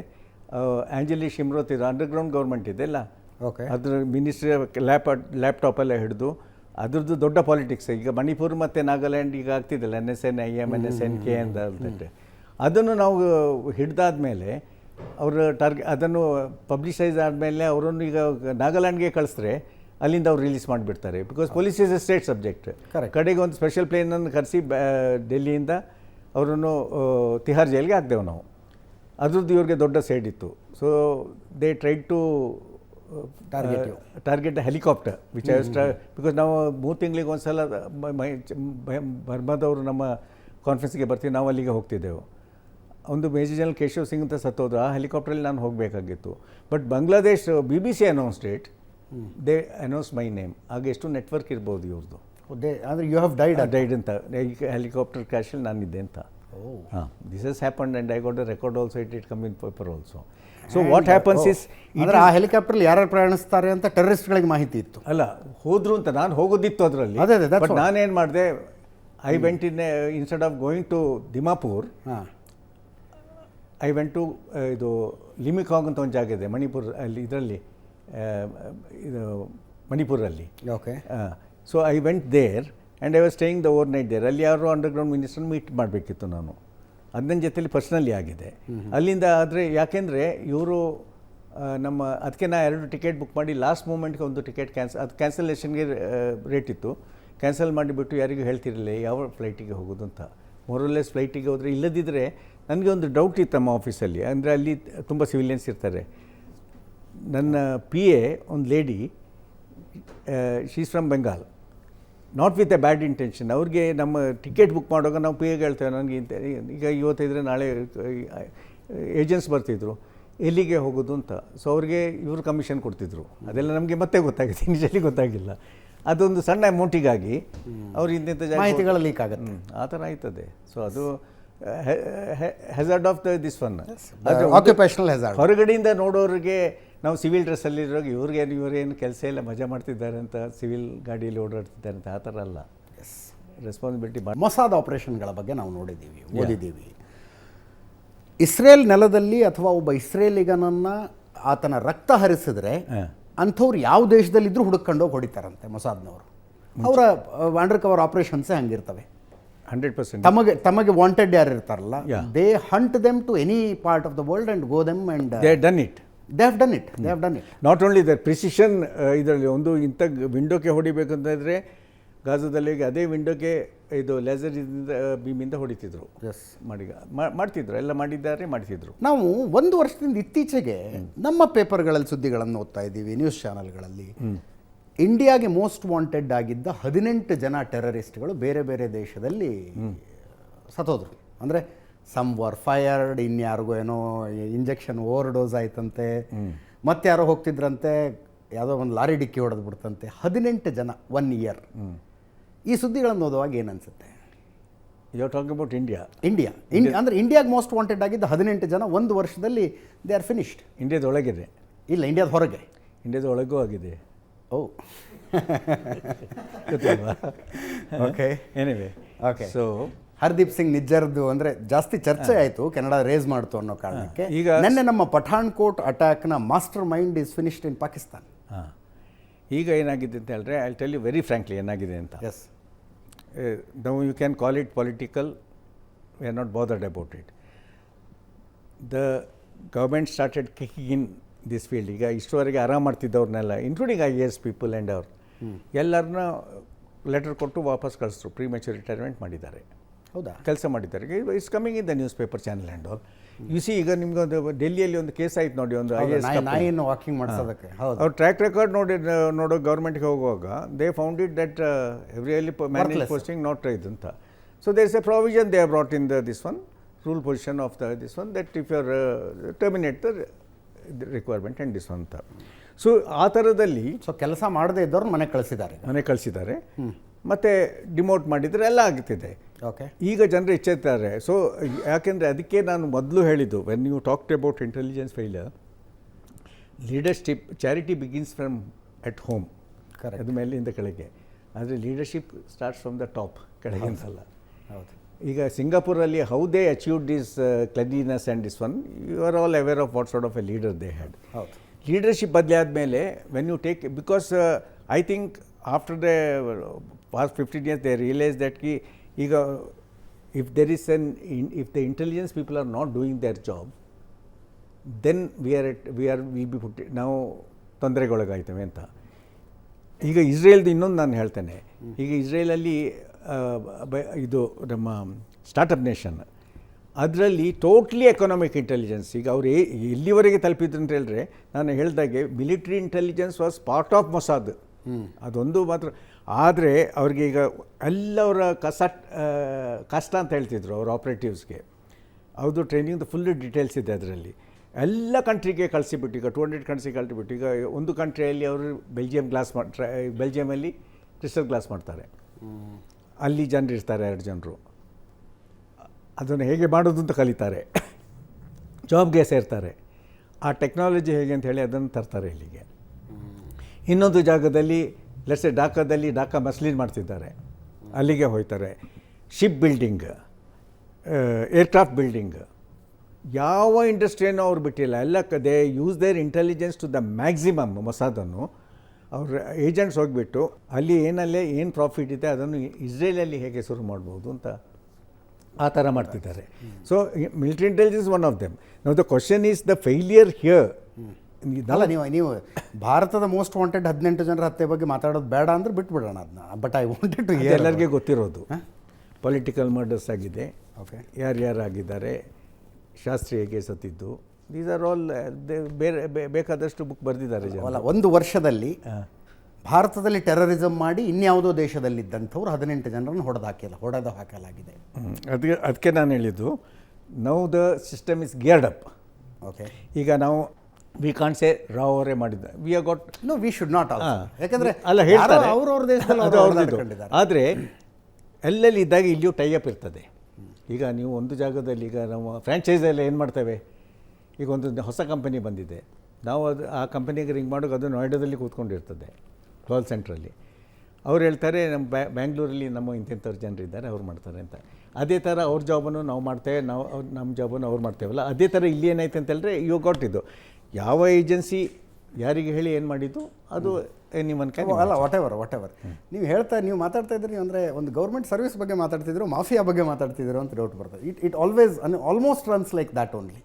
ಅಲ್ಲ ನಂದೊಂದು ಕೆಲಸ ಅಲ್ಲಾಗಬೇಕು, ನಿನ್ನ ಕೆಲಸ ಇಲ್ಲಿದ್ದು ನಾನು ಮಾಡ್ಕೊಡ್ತೀನಿ. ಅಲ್ಲ, it's always that's why in intelligence you are to have something principles of the intelligence, coordination, cooperation is ಎಲ್ಲಲ್ಲಿ, and protection of the source. ಈಗ you are working for me ಅಂತ ಆದರೆ you are here, how do you know that you are not working for ರಾ or I B? ಅಲ್ಲ, anyone you will not say ನಾನು ಮಾಡ್ತಿದ್ದೇನೆ ಅಂತ. ಹೌದು, ಆಯಿತಾ? So what happens is you may be on the payroll. So ಏನಾಯ್ತದೆ ಅಂತ ಹೇಳಿದ್ರೆ ನೀವು ಅದನ್ನು ನೀವು ಎಕ್ಸ್ಪೋಸ್ ಆಗೋದನ್ನು ಪ್ರೊಟೆಕ್ಟ್ ಮಾಡೋದು. ಈಗ ನನ್ನ ನಾಳೆ ಕೇಳಿದ್ರೆ ನಿಮಗೆ ಸೋರ್ಸ್ ಯಾರು ಅಂತ ಹೇಳಿದ್ರೆ I can't tell your name, ಯಾಕೆಂದರೆ ಬೇರೆಯವ್ರಿಗೆ ಗೊತ್ತಾಗ್ಬಿಡ್ತದೆ ಇಲ್ಲಿ ವರ್ಕ್ ಮಾಡೋ ಸೇಫಲ್ಲ ಅಂತ. I to protect you at all cost. ಮತ್ತು ನೀವೇ ಹೋಗಿ ಸಿಕ್ಕಾಕೊಂಡ್ರೆ ಆಗ ನಾವು ಏನು ಮಾಡ್ತೇವೆ ಅಂತಂದರೆ ನನಗೆ ಯಾರು ಅಂತಲೇ ಗೊತ್ತಿಲ್ಲ ಅಂತ ಹೇಳ್ತೇವೆ ಅಷ್ಟೇ. That's your problem then. ಅಷ್ಟೇ. So it is a murky world, it is a two-edged weapon. ನಾವು you are interested in working and one thing, ಇದರಲ್ಲಿ ನಿಮಗೆ ವರ್ಕ್ ಮಾಡಿದ್ರೆ ನಿಮಗೆ ಜಾಸ್ತಿ ಸಂಬಳನೂ ಸಿಕ್ಕೋದಿಲ್ಲ, ನಿಮಗೆ ಕಡಿಮೆ ಸಂಬಳದ ವಿಷಯಕ್ಕೆ ಬರ್ತಾ ಇದ್ದೆ. ಹೆಂಗೆ ಸಂಬಳ ಪೇಮೆಂಟ್ ಆಗುತ್ತೆ ಅಂತ. ಈಗ ನಾನು ಕೆಲಸ ಮಾಡ್ತೀನಿ, ನನಗೆ 5ನೇ ತಾರೀಕು ನನ್ನ ಕಂಪ್ನಿ ಅಕೌಂಟಿಗೆ ದುಡ್ಡು ಹಾಕತ್ತಪ್ಪ. ನಿಮಗೆ ಹಂಗೆ ಗೌರ್ಮೆಂಟ್ ಆಫ್ ಇಂಡಿಯಾದಿಂದ ನಿಮ್ಮ ಅಕೌಂಟಿಗೆ ದುಡ್ಡು ಬರುತ್ತೆ ಅಂತ ತೋರ್ಸಂಗಿಲ್ಲ. ಯಾರು ಹೇಳಿ? Spy who is undercover. ನಾವು the undercover is I am with the government of India, I am being paid. ನಾನು 10 ದಿನಕ್ಕೆ ಅಂಡರ್ ಕವರ್ ಹೋಗಿದ್ದೇನೆ, ಆಯಿತಾ? ಅದನ್ನು ಅದಕ್ಕೆ ಸೂಟೇಬಲ್ ಕವರ್ ಸ್ಟೋರಿ ಹಾಕ್ಕೊಂಡು ಪ್ರೊಟೆಕ್ಟ್ ಮಾಡ್ಕೊಳ್ಳೋದು ನಮ್ಮ ಕೆಲಸ. ಓಕೆ. ಈಗ ನಾನೊಂದು ಲೋವರ್ ಲೆವೆಲ್ ಇದ್ದರೆ ನನ್ನ ಸುಪೀರಿಯರ್ ಕೆಲಸ, ಅದಕ್ಕೆಲ್ಲ ತಯಾರಿ ಮಾಡಿ ಟೈಅಪ್ ಇರ್ತದೆ. ಅಲ್ಲಿ ಎಲ್ಲಿಯಾದರೂ ಹೋಗಿ ಇದು ಎಲ್ಲ ಕುಡಿದುಬಿಟ್ಟು ಪಾರ್ಟಿ ಮಾಡಿಬಿಟ್ಟು ಮಾತಾಡಿದ್ರೆ ನಿಮ್ಮ ಮನೆ ಬರ, ಯು ಫೇಸ್ ದ ಕಾನ್ಸಿಕ್ವೆನ್ಸ್ ಅಷ್ಟೇ. ಅದು it's with all the agents at all levels. ವರ್ಷಗಟ್ಟಲೆ ಅಂಡರ್ ಕವರ್ ಇರುವಂಥವ್ರು ವರ್ಷಗಟ್ಟಲೆ ಅಂತ ಇದ್ದರೆ, ಈಗ ಎಂಬಸಿಯಲ್ಲಿ ನಾವು ಕೆಲವು ಜಾಗದಲ್ಲಿ ಪೋಸ್ಟ್ ಆಗಿರುವಾಗ ಕೇರ್ಫುಲ್ ಆಗಿದ್ದರೆ ಅವರು ಎಕ್ಸ್ಪೋಸ್ ಆಗೋದಿಲ್ಲ.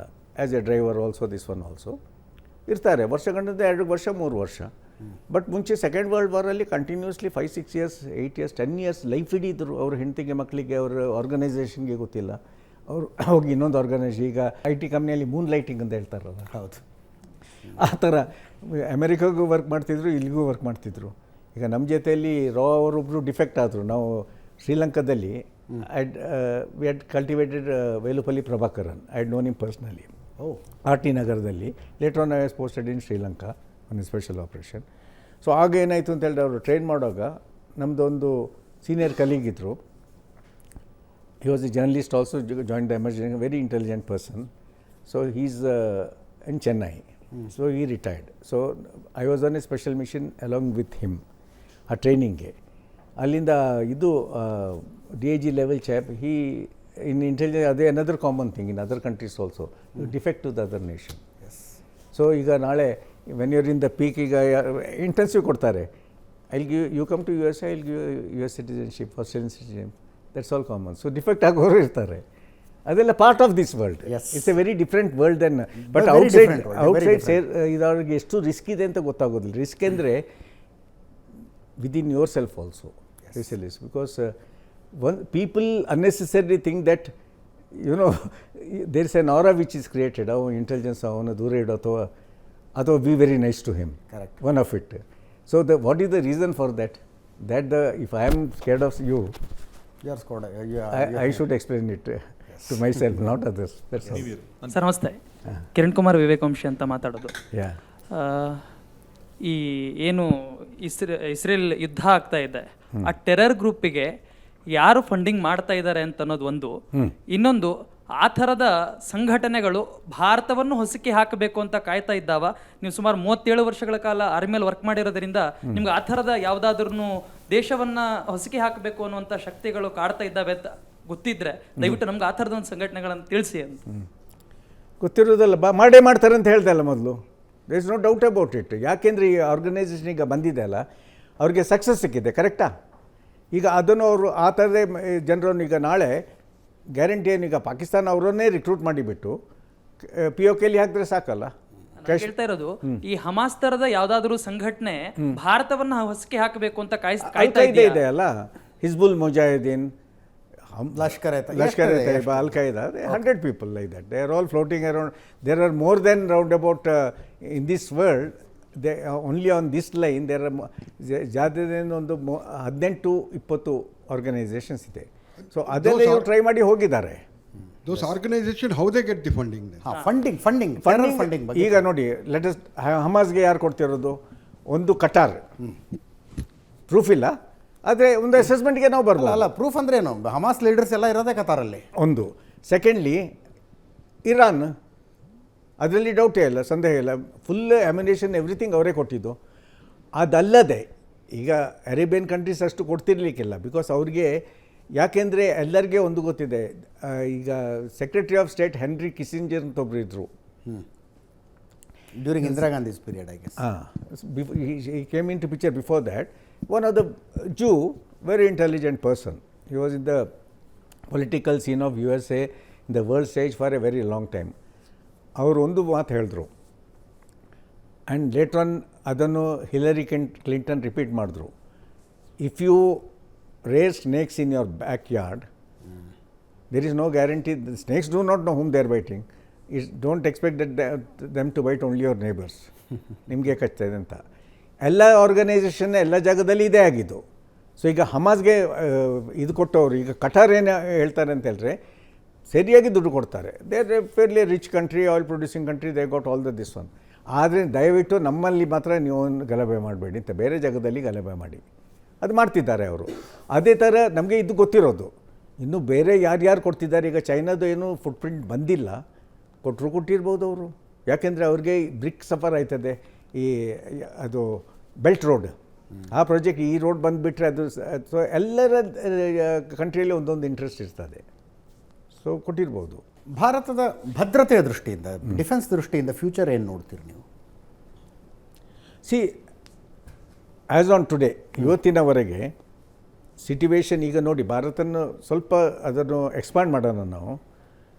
ಅರ್ಮಾನಿಯಾ, ಅಜರ್ಬೈಜಾನ್ ಪುನಃ ಸುರಾಗಿದೆಯಾ ಗಲಾಟೆ? Ukraine and Russia, Taiwan and China, Korea, all the time ready. ಈಗ ಫ್ಲ್ಯಾಶ್ ಪಾಯಿಂಟ್ ಎಲ್ಲಿ ಬರ್ತದೆ ಹೇಳಲಿಕ್ಕಾಗೋದಿಲ್ಲ. ಈ ವಾರ್ ಎಕ್ಸ್ಪಾಂಡ್ ಆಗ್ಬೋದು. ಓಕೆ, ಈ ವಾರ್ ಚಾನ್ಸಸ್ ಇದೆ. ಯಾಕೆಂದರೆ ಈ ಸಲ ಇಸ್ರೇಲ್ ಸೋಲೋ ಚಾನ್ಸ್ ಇಲ್ಲ, ಇದ್ದರೆ ಅವ್ರು ಸತ್ತಾಗೆ. Do and die. ಆಗ ಭಾರತದ situation from that point of view, ಯಾವ ರೋಲ್ ನಾವು ಪ್ಲೇ ಮಾಡ್ತೇವೆ. India's first approach always has been don't fight and go for reconciliation. Correct.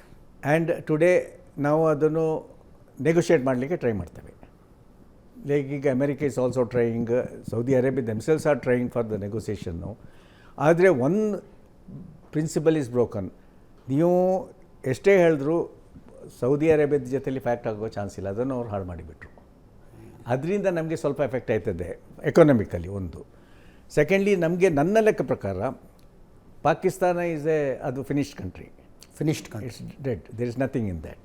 How can you be so confident about it? ಏನಿದೆ, ಪಾಕಿಸ್ತಾನದ ಭವಿಷ್ಯ ಇಲ್ಲ ಅಂತೀರಾ? ಭವಿಷ್ಯ ಇಲ್ಲ. They may for example they may disintegrate into ಒಂದು Baluchistan. Sindh has got a problem. Next ಯಾವುದು, ಇದು ನಮ್ಮ ಲೇ ಲಡಾಖ್ ಮೇಲೆ ಸುಕಾರ್ಡು, ಬಾಲ್ಟಿಸ್ತಾನ್, ಎಲ್ಲರೂ ಬೇರೆ ಬೇರೆ. POK ಓಪನ್ ಆಗಿ ಬರ್ತಿದ್ದಲ್ಲ, they want to join India ಅಂತ. ಹೌದು, ಅವರು ನಮ್ಮ ಗೈಡೆನ್ಸ್ಗೆ ಬಂದಿದ್ದಾರೆ. ಸೊ ಅವ್ರ ಹತ್ರ ಮತ್ತೆ ದುಡ್ಡಿಲ್ಲ. ಈಗ ಇಷ್ಟವರೆಗೆ ಅವರು ಇದು ಮಾಡಿ ಸಾಲದಲ್ಲೇ ನಡೆಸಿರೋದು ಕಂಟ್ರಿನ. ಅವರು ಮಿಲಿಟ್ರಿ ಲೀಡರ್ಸ್ ತುಂಬ ದುಡ್ಡು ಮಾಡಿ ಎಲ್ಲ ಹೊರಗೆ ಹೋಗಿದ್ದಾರೆ. No, it's a known fact. Known fact. ನನಗೆ as far as in 71 first time ಪಾಕಿಸ್ತಾನ್ಗೆ ಹೋಗಿರೋ. Every country has a military, but in Pakistan military has a country. ಅದೇ, ಅದು ಒಂದು ಪಾಯಿಂಟ್. ಮತ್ತು ಇನ್ನೊಂದು, ನಮಗೆ ಆ ಟೈಮಲ್ಲೇ ಹೇಳಿದರು, sir, Indian officers and Pakistani jawans join together we can win the world ಅಂತ.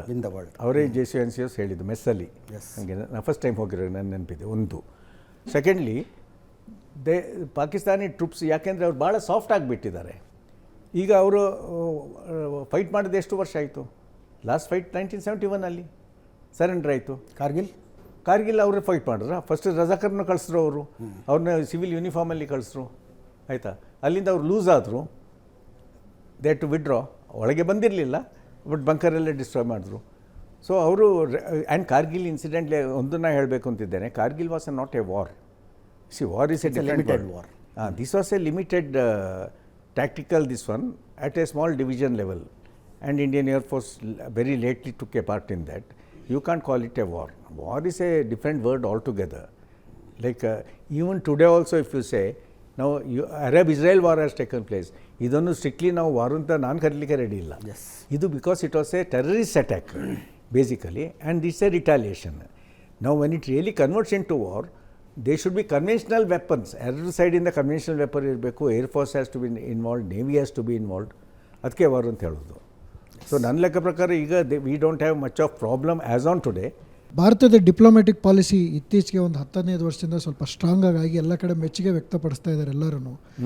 ಬೈ ನೇಚರ್ ನೀವು ಆವಾಗಲೇ ಹೇಳ್ದಂಗೆ ನಮ್ಮ ದೇಶದಲ್ಲಿ ವಿದೇಶಾಂಗ ನೀತಿ ಯಾವ ಮಟ್ಟಕ್ಕಿದೆ ಅಂತಂದರೆ, ಎಲ್ಲೇ ಯುದ್ಧ ಆದ್ರೂ ಯುದ್ಧ ಬೇಡ, ಶಾಂತಿ ಕಾಪಾಡಿ ಅಂತ ಹೇಳ್ಕೊಂಡೇ ಬಂದಿರೋವಂಥ ದೇಶ ನಮ್ದು ಇಷ್ಟು ವರ್ಷಗಳಿಂದನೂ. ಕರೆಕ್ಟ್. ಸೊ ಈ ಆ್ಯಟಿಟ್ಯೂಡಿಂದ ನನಗೇನು ಅನಿಸುತ್ತೆ ಅಂದರೆ, ಮುಂದಿನ ದಿನಗಳಲ್ಲಿ ನಂಬರ್ 1 ದೇಶ ಭಾರತ ಆಗೋದ್ರಲ್ಲಿ ಎರಡನೇ ಮಾತೇ ಇಲ್ಲ. ಏನಕ್ಕೆ ಎಲ್ಲರೂ ಅವ್ರ ಪವರ್ ಎಸ್ಟಾಬ್ಲಿಷ್ ಮಾಡಬೇಕು ಅಂತ ಟ್ರೈ ಮಾಡ್ತಾ ಇರೋ ಸಂದರ್ಭದಲ್ಲಿ ಯುದ್ಧ ಬೇಡ, ಶಾಂತಿ ಕಾಪಾಡಿ ಅಂತ ನಮ್ಮವ್ರು ಅವತ್ತಿಂದ ಸಾರ್ಕೊಂಡು ಬಂದಿದ್ರು. ಬಟ್ ಪ್ರತಿ ಬಾರಿ ಆಫೀಸರ್ಸ್ ಅಥವಾ ಡಿಪ್ಲೊಮ್ಯಾಟ್ಸ್ ಏನಾದರೂ ಒಂದು ವ್ಯಕ್ತಪಡಿಸ್ಬೇಕಂದಾಗ ಪೊಲಿಟಿಕಲ್ ಪ್ರೆಷರ್ ಅಥವಾ ಗೌರ್ಮೆಂಟ್ ಪ್ರೆಷರ್ ಇರ್ತಾನೆ ಇತ್ತು. ಇತ್ತೀಚಿನ ದಿನಗಳಲ್ಲಿ ಒಂದು 10-15 ವರ್ಷದಿಂದ ಆಫೀಸರ್ಸ್ಗೂ ಫ್ರೀ ಹ್ಯಾಂಡ್ ಕೊಟ್ಟಿರೋದ್ರಿಂದ they're able to execute in better. So ಇದರಿಂದ ನನಗನ್ಸೋದು ಏನು, ಭಾರತದ ವಿದೇಶಾಂಗ ನೀತಿ ಬದಲಾಗಿದೆ. 100%. ಫಾರಿನ್ ಪಾಲಿಸಿ ಎಂಟೈರ್ಲಿ ಚೇಂಜ್ ಆಗಿದೆ. And it's very good policy. Very good policy. And I tell you one thing, ಒಂದು ಬೆಸ್ಟ್ ಥಿಂಗ್ ಅಂದರೆ ಅವರು we are the best of the ministers, educated. And Jaishankar has done a wonderful job. Silent killer ಅಂತೀನಿ ನಾನು. ಒಂದು I mean is A very intelligent person right from the beginning, and very diplomatic also.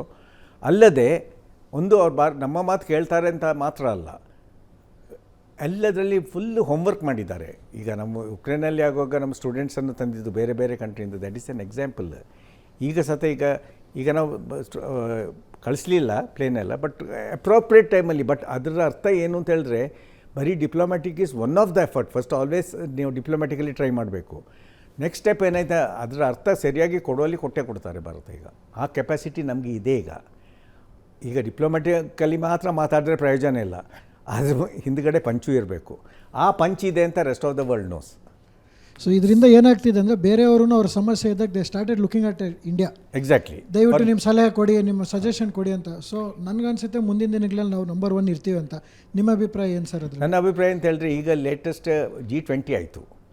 ನಾವು from G20 it has gone to G74. ಯಾಕೆಂದರೆ 53 African nations. You see it as ಅದು ಭಾಳ ಒಳ್ಳೆ clever move, very well planned. ಯಾಕೆಂದರೆ ನೀವು global south ಈಗ ಅದನ್ನು ಕರೆಯೋದು. ಯಾಕೆಂದರೆ ಈಗ ನೀವು ಐ ಡೋಂಟ್ ನೋ ಲೇಟೆಸ್ಟ್ ನೀವು ಎನಿ ಒನ್ ಆಫ್ ಯು ಈಗ ನೀವು ಯುರೋಪ್ಗೆ ಹೋಗಿದ್ರೆ ಅಥವಾ UK ಕೆಲವರಿಗೆ ಅದು ಕನೆಕ್ಷನ್ ಇರೋರಿಗೆ ಸ್ವಲ್ಪ ಬೇಸರ ಆಗ್ಬೋದು. But it has become a very poor nation, United Kingdom. ಅವ್ರ ಏರ್ಪೋರ್ಟೆಲ್ಲ ಈಗ ನಮ್ಮ ಏರ್ಪೋರ್ಟೆಲ್ಲ ಹೇಗಿದೆ ಬ್ಯಾಂಗ್ಳೂರಲ್ಲಿ, ಮುಂಬೈಯಲ್ಲಿ, ಡೆಲ್ಲಿಯಲ್ಲಿ, I mean it's out of the world no. ಈಗ ವಾರಣಾಸಿಯಲ್ಲಿ ಸತ ಈಗ ನೀವು UK ಹೀತ್ರೋ ಏರ್ಪೋರ್ಟ್ ಎಷ್ಟು ಹಳೆದು ಅಂತ ಹೇಳಿದ್ರೆ ಟೈಲಲ್ಲಿ ಚಿಪ್ಪಾಗಲಿಕ್ಕೆ ಬರ್ತಿದ್ದೆ. ಅವ್ರ ಹತ್ರ ಅಷ್ಟು ಮೇಂಟೈನ್ ಮಾಡಲಿಕ್ಕೆ ದುಡ್ಡಿಲ್ಲ. ಆ್ಯಕ್ಚುಲಿ ಅವ್ರ ಹತ್ರ ದುಡ್ಡಿಲ್ಲ. ಇಡೀ ಲೋಕವನ್ನು ಅವ್ರು ಕೊಳ್ಳೆ ಹೊಡೆದ್ರು, ಎಲ್ಲ ಮಜಾ ಮಾಡಿದ್ರು. ಈಗ ಅವ್ರ ಹತ್ರ ದುಡ್ಡಿಲ್ಲ, ಎಕಾನಮಿ ಇಲ್ಲ, ಪಾಲಿಸಿಯೂ ಇಲ್ಲ. ಸೊ ಅದೇ ಥರ ಯುರೋಪ್ ಅವರು ವೀಕ್ ಹಾಕ್ಕೊಂಡು ಬಂದಿದ್ದಾರೆ. USA ಈಗ ಡಾಲರ್ ಈಗ ಒಂದು ಸಿಂಪಲ್ ಎಕಾನಮಿಕ್ಸ್ ಚಾಣಕ್ಯನ ಟೈಮಿಂದ ಹೇಳ್ಕೊಂಡು ಬಂದಿರೋದು. ನಿಮಗೆ ಒಂದು ಕರೆನ್ಸಿ ಬೇಕಾದರೆ ಅದ್ರ ಹಿಂದ್ಗಡೆ ಏನು ಇರಬೇಕು? ಗೋಲ್ಡ್ ಇರಬೇಕೋ ಬೇಡವಾ? USA ಹತ್ರ ಗೋಲ್ಡ್ ಇದೆಯಾ? ಇಂಟರ್ನ್ಯಾಷನಲ್ ಕರೆನ್ಸಿ ಅಂತ ಪ್ರಿಂಟ್ ಮಾಡಿ ಮಾಡಿ ಮಾಡಿ ಕೊಡ್ತಿದ್ದಾರೆ. ಬರ್ಸ್ಟ್ ಆಗೋವಾಗ ಒಂದೇ ಟೈಮ್ ಬರ್ಸ್ಟ್ ಆಗ್ತದೆ. ಯಾಕೆಂದರೆ dollar is not back by. ಮತ್ತು ಇವರೆಲ್ಲ ಚೈನಾಗೆ, ಇಡೀ ವರ್ಲ್ಡ್ ಅವರು ಯುರೋಪಿಯನ್ ಎಲ್ಲ ಈಗ ನೀವು ಎಲ್ಲಿ ಹೋಗಿ ಏನು ತೆಗೀರಿ ನೋಡೋದು made in China, made in Taiwan ಅಂತ. ಚೈನಾ ಸತ made in Taiwan, made in Korea ಅಂತೇಳಿ ಚೈನಾವೇ ಕಳಿಸ್ತಿದ್ದಾರೆ. ಈಗ ಅದೆಲ್ಲ ನಿಂತ್ಕೊಂಡು ಬಂದಿದೆ. ಈಗ ಇವ್ರ ಹತ್ರ ಇಂಡಸ್ಟ್ರಿಯಲ್ ಕೆಪಾಸಿಟಿ ಕಡಿಮೆ ಆಗಿಬಿಟ್ಟಿದೆ. ಈಗ ಕಾರ್ ಮ್ಯಾನುಫ್ಯಾಕ್ಚರ್ಸ್ USA ಎಷ್ಟಾಗ್ತದೆ, ಮುಂಚೆ ನೀವು ನೋಡಿ ಸ್ಟಡಿ ಬೇಕರ್, ಪ್ಲೈಮತ್, ಫೋರ್ಡ್ ಎಲ್ಲ ಕಂಪನಿ ನಿಂತೋಯ್ತು. ಈಗ ಎಲ್ಲ ಯಾರು ಮಾಡೋದು? ಸೌತ್ ಕೊರಿಯಾ, ಜಪಾನ್, ಇಂಡಿಯಾದಲ್ಲಿರುವ ಮಾಡೆಲ್ ಬೇರೆ ಎಲ್ಲಿ ಇಲ್ಲ ಈಗ ಇಲ್ವಾ? So you can see the power ಅದರಲ್ಲಿ ಇದೆ. ದೇರ್ ಫಾರ್ ನಮ್ಮ foreign policy is very strong, no doubt about that. Then also ಇದು ಕಂಟಿನ್ಯೂ ಆಯ್ತದೆ. ಆದರೆ ಮಧ್ಯದಲ್ಲಿ ಅದನ್ನೇ ಹಾಳು ಮಾಡಲಿಕ್ಕೆ ಕೆಲವರು ಟ್ರೈ ಮಾಡ್ಕೊಂಡಿರೋದು, ಇಂಟರ್ನಲ್ಲಿ ಅವ್ರ ಎಕ್ಸ್ಟರ್ನಲ್ಲಿ. ಯಾಕೆಂದರೆ ಏನಾಯ್ತದೆ, ಒಂದು country is like neighbours also. ಈಗ ನಮಗೆ ನಾನೆಲ್ಲ 7 ನೇಬರ್ ಕಂಟ್ರಿಗೆ ಹೋಗಿದ್ದೇನೆ, ತುಂಬ ಸಲ ಹೋಗಿದ್ದಾನೆ. ಈಗ ನಾವೊಂದು ಪವರ್ಫುಲ್ ಕಂಟ್ರಿ, ನಮಗೆ ಈಗ ಬಾಂಗ್ಲಾದೇಶ್ ಡಿಸ್ಟರ್ಬ್ ಆದರೆ ನಮಗೆ ಡಿಸ್ಟರ್ಬ್ ಆದ ಲೆಕ್ಕ. ನೇಪಾಳಲ್ಲಿ ಇದೀಗ ಮೈನಾಮಾರಲ್ಲಿ ಚೈನಾ ಹಿಡಿತ ಮಾಡಿ ಎಲ್ಲಿ ಗಲಾಟೆ ಆದರೆ ಯಾರಿಗೆ ಬಂದಿದ್ದು ರೋಂಗೆ? ನಮ್ಮ ಹತ್ರ ತಾನೇ ಬಂದಿದ್ದು, ನಮಗೇನೆ ಹೆಡ್ಡೇಕ್ ಅಲ್ವಾ? ಶ್ರೀಲಂಕಾದಲ್ಲಿ ನೋಡಿ ಗಲಾಟೆ ಆಗೋ ನಾವೇ ಹೋಗಬೇಕಾಯ್ತು. ಅದಕ್ಕಾಗಿ ನಮ್ಮ ನೇಬರ್ಸ್ ಚೆನ್ನಾಗಿದ್ದರೆ ನಾವು ಚೆನ್ನಾಗಿರ್ತೇವೆ ಇಲ್ವಾ? ಸೊ ಆ ಪಾಲಿಸಿನ ದೆನ್ ಲುಕ್ ಈಸ್ಟ್ ಪಾಲಿಸಿ ಮಾಡಿದ್ದಾರೆ, ಒಂದು ಟುವರ್ಡ್ಸ್ ಏಷ್ಯಾ. ಒಂದು ಮುಂಚೆ ನಾಗಾಲ್ಯಾಂಡ್, ಮಣಿಪುರ್, ಮಿಜೋರಾಂ, ಅಸ್ಸಾಂ, ತ್ರಿಪುರ, ಮೇಘಾಲಯ, ಅದರದ್ದು ಡೆವಲಪ್ಮೆಂಟ್ ನೀವೀಗ ನೋಡಿದರೆ ಎಲ್ಲಲ್ಲಿ ರೋಡ್ ಕಮ್ಯುನಿಕೇಷನ್, ಎಜುಕೇಷನ್ ಎಲ್ಲ ಇಂಪ್ರೂವ್ ಮಾಡಿಬಿಟ್ಟಿದ್ದಾರೆ. ಅದನ್ನು ಚೈನಾ ಕಲ್ಟಿವೇಟ್ ಮಾಡ್ತಿದ್ರು. ದಟ್ ಈಸ್ ವೈ ಅವರೇ ಕ್ರಿಯೇಟ್ ಮಾಡಿದ್ರು NSMK and all that, underground government and all. ತಕ್ಕ ಮಟ್ಟಿಗೆ ನಿಲ್ಲಿಸಿದ್ದಾರೆ. ಅದಕ್ಕೆ ವೆಸ್ಟೆಡ್ ಇಂಟ್ರೆಸ್ಟ್ ಪುನಃ ಹೋಗಿ ಮಣಿಪುರದಲ್ಲಿ ಗಲಾಟೆ ಮಾಡಿ ಶುರು ಮಾಡಿದ್ದು. ಅದು ಯಾರು ಮಾಡಿದ್ದು? ನಮ್ಮವರೇ ಮಾಡಿದ್ದು. ಯಾರ ಜೊತೆಯಲ್ಲಿ ಸೇರಿ? ಚೈನಾದವ್ರ ಜೊತೆಯಲ್ಲಿ. ಚೈನಾ ಅದ್ರದ್ದು ಇಂಟ್ರೆಸ್ಟ್ ಇದ್ದೇ ಇದೆ. ಯಾಕೆಂದರೆ one of the thing is, ನಾಳೆ ಅವರು ಈಗ ಸ್ಟ್ರಾಂಗ್ ಇಲ್ಲದಿದ್ದರೆ ಅದು ನಮ್ಮ ಪಾರ್ಟ್ ಅಂತ ಕ್ಲೈಮ್ ಮಾಡ್ತಿದ್ರು ಅಷ್ಟೇ. ಸೊ ಆ ಥರದ ಮಟ್ಟಿಗೆ ಗ್ಯಾರಂಟಿ ಏನು ಅಂತ ಹೇಳಿದ್ರೆ 100% ನಮ್ಮ ಇಷ್ಟವರೆಗೆ ನಾವು ಇಂಥ neutral foreign policy, external affairs ನಾವು ನೋಡಿಲ್ಲ. ಒಂದೆರಡು ವರ್ಷದಿಂದ ಅಗ್ನಿವೀರ ವಿಷಯದಲ್ಲಿ ಚರ್ಚೆ ನಡೀತು, ತುಂಬಾ ಗದ್ದಲ ನಡೀತು. ಕರೆಕ್ಟ್. ಅದ್ರ ಮಧ್ಯೆ ಒಂದು ಡಿಸ್ಕಷನ್ ಬಂತು, ಆ ರೀತಿ ನೀವು ಯುವಕರನ್ನ 4 ವರ್ಷ ಟ್ರೈನ್ ಮಾಡಿ 75% ವಾಪಸ್ಸು ನೀವು ಸಮಾಜಕ್ಕೆ ಬಿಟ್ಟಾಗ ಅವರು ಬಹುಶಃ ಆ್ಯಂಟಿ ಆಗೋ ಸಾಧ್ಯತೆಗಳಿವೆ, ಬೇರೆ ಬೇರೆ ಆರ್ಗನೈಸೇಷನ್, ನೆಗೆಟಿವ್ ಆರ್ಗನೈಸೇಷನ್ಗಳ ಜೊತೆಗೆ ಆಗೋ ಸಾಧ್ಯತೆಗಳಿವೆ ಅನ್ನೋ ರೀತಿ ಡಿಸ್ಕಷನ್ ನಡೀತು. ಅದರ ಬಗ್ಗೆ ಓವರಾಲ್ ಅಗ್ನಿವೀರ್ ಬಗ್ಗೆ ತಮ್ಮ ಅಭಿಪ್ರಾಯ ಏನು ಅಂತ? ಈಗ ನಾನು ಪುನಃ ನನ್ನ ರೆಜಿಮೆಂಟ್ ಮರಾಠಾಸ್ ಬೆಳಗಾಮಲ್ಲಿ ಸೆಂಟರ್ ಇರೋದು. ಈಗ 3ನೇ ಬ್ಯಾಚ್ ಪಾಸ್ ಔಟ್ ಆಗ್ತಿದೆ. ಒಂದು ಈಗ ನಮಗೆ ರೆಗ್ಯುಲರ್ ಕಮ್ಯುನಿಕೇಷನ್ ಇರ್ತದೆ ರೆಜಿಮೆಂಟ್ ಸೆಂಟರ್ ಜೊತೆಯಲ್ಲಿ, ವೀಡಿಯೋಸ್ ಅದಿದ್ದರೆ ಕಳಿಸ್ತಾರೆ, ಮಾತಾಡ್ತಿದ್ದಾರೆ. ಫಸ್ಟ್ ಅದನ್ನು ನಾವು ಯಾವ ಕ್ವಾಲಿಟಿ ಪ್ರೊಡ್ಯೂಸ್ ಮಾಡ್ತಿದ್ದೆ ನೋಡೋಣ. ಅಷ್ಟು ಶಾರ್ಟ್ ಟೈಮಲ್ಲಿ ಕ್ವಾಲಿಟಿ ಭಾಳ ಚೆನ್ನಾಗಿದೆ ಒಂದು. ಸೆಕೆಂಡ್ಲಿ, ಈಗ ಅದು ಸಹ ಸೇಮ್ ಕಂಟ್ರಿದು ನೇಮ್ ಹೆಸರು ಹಾಳು ಮಾಡಲಿಕ್ಕೆ, ಜನರನ್ನು ಹಾಳು ಮಾಡಲಿಕ್ಕೆ ಕ್ರಿಯೇಟ್ ಮಾಡಿದ್ದು ಗೊಂದಲ ಅದು. ಯಾಕೆಂದರೆ ಅವ್ರು ಹೊರಗು ಅವ್ರಿಗೆ ಎಷ್ಟು ದುಡ್ಡು ಸಿಗ್ತದೆ? ಒಂದು ಅಗ್ನಿವೀರ 4 ವರ್ಷ ಸರ್ವಿಸ್ ಆದಮೇಲೆ ಎಷ್ಟು ಪರ್ಸೆಂಟನ್ನು ಅವ್ರು ತಗೊಳ್ತಾರೆ? 25% ಅವ್ರು ರಿಟೈನ್ ಮಾಡ್ತಾರಾ? ರಿಟೈನ್ ಮಾಡ್ತಾರೆ. ಹಾಂ. ಈಗ ಎಲ್ಲರಿಗೆ ಪೆನ್ಷನೇಬಲ್ ಜಾಬ್ ಬೇಕಾ? ಆಯಿತಾ? ಈಗ ಅದರಲ್ಲಿ ಆಗ ಕಾಂಪಿಟೇಷನ್ ಚೆನ್ನಾಗಿರ್ತದೆ. ಬೇರೆಯವರು 4 ವರ್ಷ ಅವ್ರು ಫುಲ್ ಮ್ಯಾಕ್ಸಿಮಮ್ ಕೊಡ್ತಾರೆ ಆರ್ಗನೈಸೇಷನ್, ಕರೆಕ್ಟಾ? ಯಾಕೆಂದರೆ ಅವ್ರು ಸೆಲೆಕ್ಟ್ ಆಗಬೇಕಲ್ವಾ? ಆಗದಿದ್ದರೆ ಅವ್ರಿಗೆ ಎಷ್ಟು ಸಿಗ್ತದೆ ದುಡ್ಡು ಗೊತ್ತಿದೆ ನಿಮಗೆ? ಎಷ್ಟು ಸಿಗ್ತದೆ? ಗೊತ್ತಿಲ್ಲ, ನೀವು ಹೇಳಿ. ಎಲ್ಲ ಬಂದಿದೆ ಪ್ರೆಸ್ಸಲ್ಲಿ. See, that is why I am not blaming you, but when you research and everything is available in this one. ಸಮಾಜಕ್ಕೆ ಬಂದ ನಂತರ ಬದಲಾಗಬಹುದು. ಅವ್ರ ಕ್ವಶನ್ ಇರೋದು 4 ವರ್ಷ ಆರ್ಮಿ ಟ್ರೈನಿಂಗ್ ಮುಗಿಸ್ಕೊಂಡು ವಾಪಸ್ ಬಂದವನು ಟೆರರಿಸ್ಟ್ ಆದ್ರೇನು ಅಂತ. ಯಾಕೆ ಟೆರರಿಸ್ಟ್ ಆಗಬೇಕು? ಚರ್ಚೆ ನಡೀತು. ಅವನ ಕೈಲಿ ದುಡ್ಡು ಇಲ್ಲದಿದ್ದರೆ, ಕೆಲಸ ಇಲ್ಲದಿದ್ದರೆ ಅವ್ನು ಟೆರರಿಸ್ಟ್ ಆಯ್ತಾನೆ, ಕರೆಕ್ಟಾ? ಯಾವ ಎಷ್ಟು ದುಡ್ಡು ತಗೊಂಡು ಬರ್ತಾನೆ? ಅದಕ್ಕೆ ನಾ ಕೇಳಿದ್ದು. Ultimately money. So he will bring ಒಂದು 15 ಲಕ್ಷದವರೆಗೆ ಕೈಯಲ್ಲಿ ತಗೊಂಡು ಬರ್ತಾನೆ, ಗ್ರ್ಯಾಚುಟಿ ಇದೆಲ್ಲ ಸೇರಿಬಿಟ್ಟು. ಅದಾದಮೇಲೆ ಈಗ ಅವ್ರಿಗೆ ಕ್ಯಾಂಟೀನ್ ಫೆಸಿಲಿಟಿ ಕೊಡ್ತಾರಾ, ಮತ್ತು ECH ಇದು ಗೌರ್ಮೆಂಟ್ ಫೆಸಿಲಿಟಿ ಮೆಡಿಕಲ್ ಕೊಡ್ತಾರಾ, ಅದು ನನಗೆ ಗೊತ್ತಿಲ್ಲ. ಕೊಡೋದೋದ್ರು ಈಗ ನಿಮಗೆ ನೀವು ಮಾಡ್ರೇಟ್ ಒಂದು ಬಿಸ್ನೆಸ್ ಶುರು ಮಾಡಬೇಕಾದ್ರೆ ಸ್ಟಾರ್ಟಪ್ಗೆ ಎಷ್ಟು ಪ್ರೋತ್ಸಾಹ ಇದೆ ಅಂತ ಹೇಳಿದ್ರೆ, ನಿಮಗೆ ಕ್ಯಾಪಿಟಲ್ ಎಷ್ಟು ಬೇಕಾಗ್ಬೋದು, ಆ ಕ್ಯಾಪಿಟಲ್ ಮೇಲೆ ನಿಮಗೆ 2 ಟೈಮ್ ಮೋರ್ ಸಿಗ್ತದೆ. So to carry out a small ಮತ್ತು ಅವ್ರು ಟ್ರೈನ್ಡ್, ಆಯಿತಾ? ಈಗ ಅವರು ಟೆರರಿಸ್ಟ್ ಆಗಿ ಟರ್ನ್ ಆಗೋಕ್ಕೆ ಕಾರಣ ಏನು? ಆ ಲೆಕ್ಕ ಪ್ರಕಾರ ಈಗ ನಮ್ಮ ಟೈಮಲ್ಲಿ ನಾವು ಕಮಿಷನ್ ಆಗುವಾಗ ಸರ್ವಿಸ್ ಎಷ್ಟು ಇದ್ದಿದ್ದು? ಕಲರ್ ಸರ್ವಿಸ್ ಇತ್ತು. ಫಸ್ಟ್ 7 ಇಯರ್ಸ್ ಇದ್ದಿದ್ದು, ಅಲ್ಲಿಂದ 9 ಇಯರ್ಸ್ ಮಾಡಿದ್ರು, ಅಲ್ಲಿಂದ 12 ಇಯರ್ಸ್ ಮಾಡಿದ್ರು. ಈಗ ಅಪ್ ಟು 17 ಇಯರ್ ಇದೆ ಸಿಪಾಯಿಯಾಗಿ ರಿಟೈರ್ ಆಗಲಿಕ್ಕೆ. ಅವ್ನು ನಾಯಕ್ ಹೌಲ್ದಾರ್ ಆದರೆ ಬೇರೆ, ಈಗ ಹೌಲ್ದಾರ್ ಆದರೆ 20 ವರ್ಷದವರೆಗೆ ಟ್ರೈನಿಂಗ್ ಪೀರಿಯಡ್ ಎಕ್ಸ್ಟೆಂಡ್ ಮಾಡಿದ್ರು. ಆಗ ಮುಂಚೆನೂ ಅವರು 7 ಇಯರ್ಸಲ್ಲಿ ಬಂದಿದ್ದಾರೆ. ಸೆಕೆಂಡ್ಲಿ ಬಂದವ ಡಿಸಿಪ್ಲಿನ್ಡಾಗಿ ಟ್ರೈನ್ ಆಗಿ, ಹೀ ಈಸ್ ರೀಬೂಟೆಡ್ ಆ್ಯಂಡ್ ರಿಮೋಟಿವೇಟೆಡ್. ಅವ ಯಾಕೆ ಟೆರರಿಸ್ಟನ್ನು ರಿಕ್ರೂಟ್ ಮಾಡೋರು ಮಾಡಿದ್ರೆ ಅವ ಹೋದರೆ ಅದು ಬೇರೆ. ಆದರೆ ಅವ ಅಲ್ಲಿ ಮನೇಲಿ ಇದ್ದದಕ್ಕಿಂತ ಕಂಫರ್ಟೇಬಲ್ ಕಂಡೀಷನಲ್ಲಿ ವಾಪಸ್ ಬರೋದು, ಪ್ಲಸ್ ವಿತ್ ಎ ಸ್ಕಿಲ್. ಈಗ ಆ ಟೈಮಲ್ಲೇ ಸತ ಅವ್ರಿಗೆ ಮತ್ತು ಅವ್ರಿಗೆ ಪೊಲೀಸ್ ಫೋರ್ಸಲ್ಲಿ KS ಅಲ್ಲಿ ಅಥವಾ ಕರ್ನಾಟಕ ಬಿಡಿ ಎಲ್ಲ ಸ್ಟೇಟಲ್ಲಿ ಅವ್ರಿಗೆ ಇಷ್ಟಿಷ್ಟು ವೇಕೆನ್ಸಿ ಅಂತ ಕೊಡ್ತಾರೆ. ಈಗ ಒಂದು ಪ್ಲಾಟ್ ಅಲಾಟ್ ಮಾಡೋದಾದರೆ, ಲ್ಯಾಂಡ್ ಅಲಾಟ್ ಮಾಡೋದಾದರೆ 5% ವೇಕೆನ್ಸಿ ಕೊಡ್ತಾರೆ. ಅದನ್ನೆಲ್ಲ ಬಿಟ್ಟು ಕೈಲಿರೋ ದುಡ್ಡನ್ನು ಬಿಟ್ಟು ಅವ್ನು ಟೆರರಿಸ್ಟ್ ಆಗೋದಾದರೆ ಅವನು is worth becoming terrorist only ಅನ್ನೋ ಬಿಡೋಣ ಹೋಗಲಿ. ಟೆರರಿಸ್ಟ್ ಆಗಬೇಕಾದ್ರೆ ಈ ಜಿಹಾದಿಗಳನ್ನ ದೇ ಆರ್ ಬ್ರೈನ್ ವಾಶ್. ಅಲ್ಲ, ಒಂದು ನಿಮಿಷ. ನನ್ನ ಸ್ಟ್ರಾಂಗ್ ಫೀಲಿಂಗ್ ಏನು ಗೊತ್ತಾ, 4 ವರ್ಷ ಸೈನ್ಯದಲ್ಲಿದ್ದು ಬಂದ ಮನುಷ್ಯ ಒಬ್ಬಳೇ ಹುಡುಗಿ ಹೋಗ್ತಿರುವಾಗ ಸೀಟಿನೂ ಹೊಡೆಯೋದಿಲ್ರಿ. ನೋಡಿ, ಟೆರರಿಸ್ಟ್ ಆಗೋದು ಆಮೇಲೆ ಏನು ಮಾತು. ಅಂದರೆ ಅವನು ನಿಜವಾಗ್ಲೂ ಸೈನ್ಯದಲ್ಲಿದ್ದು ಬಂದಿದ್ದರೆ, that is my belief, I have seen it. ಸುಮ್ಮನೆ ಬಿಸ್ಕೆಟ್ ತಿಂದು ರ್ಯಾಪರ್ ಕೆಳಗೆ ಎಸೆಯೋದಿಲ್ಲ ಅವನು, ಸೈನ್ಯ ಡಿಸಿಪ್ಲಿನ್ ಕಳಿಸುತ್ತೆ. You are absolutely right.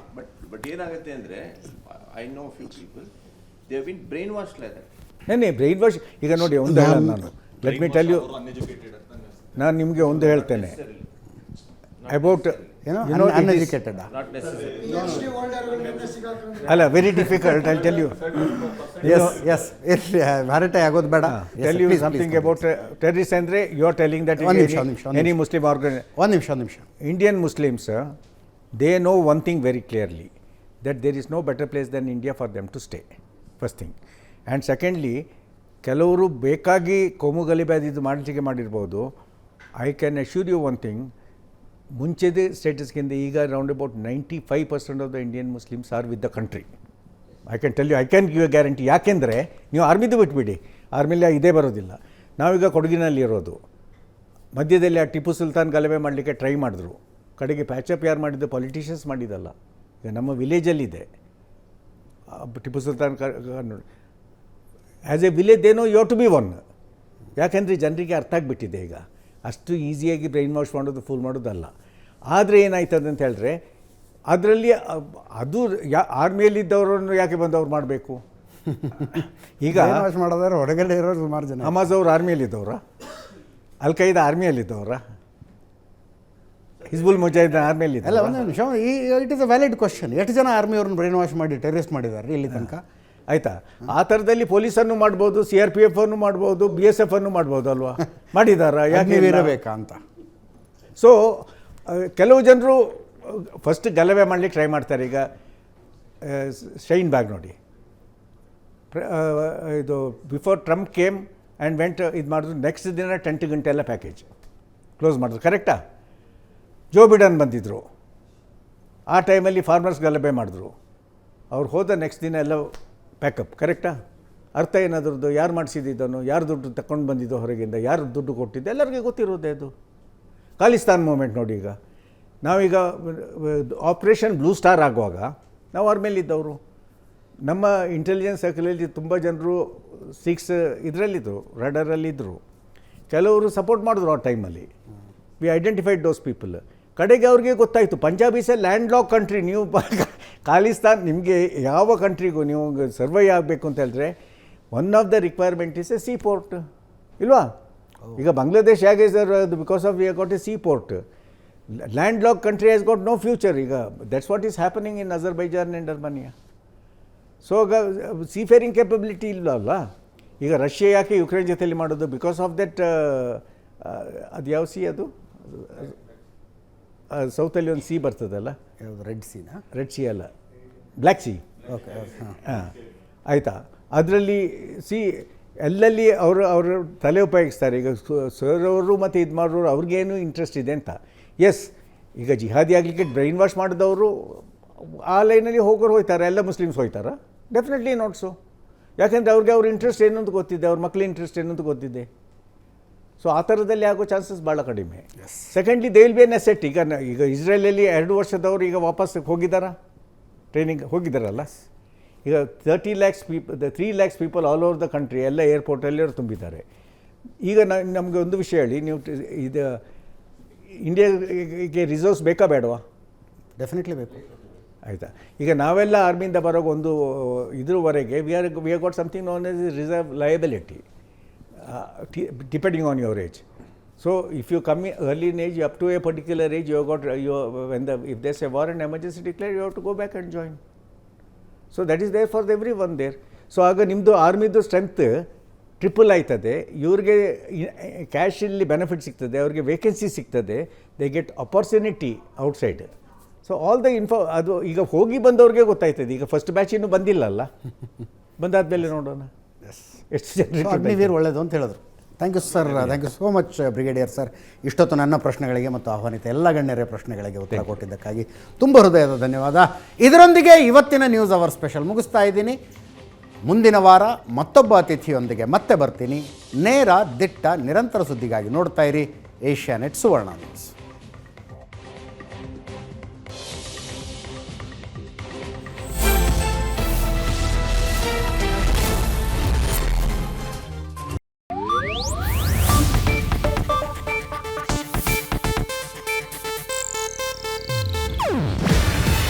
ಇದು ಏಷ್ಯಾನೆಟ್ ನ್ಯೂಸ್ ನೆಟ್ವರ್ಕ್ ಪ್ರಸ್ತುತಿ. ನೀವು ನೋಡ್ತಿದ್ದೀರಾ ಏಷ್ಯಾನೆಟ್ ಸುವರ್ಣ ನ್ಯೂಸ್.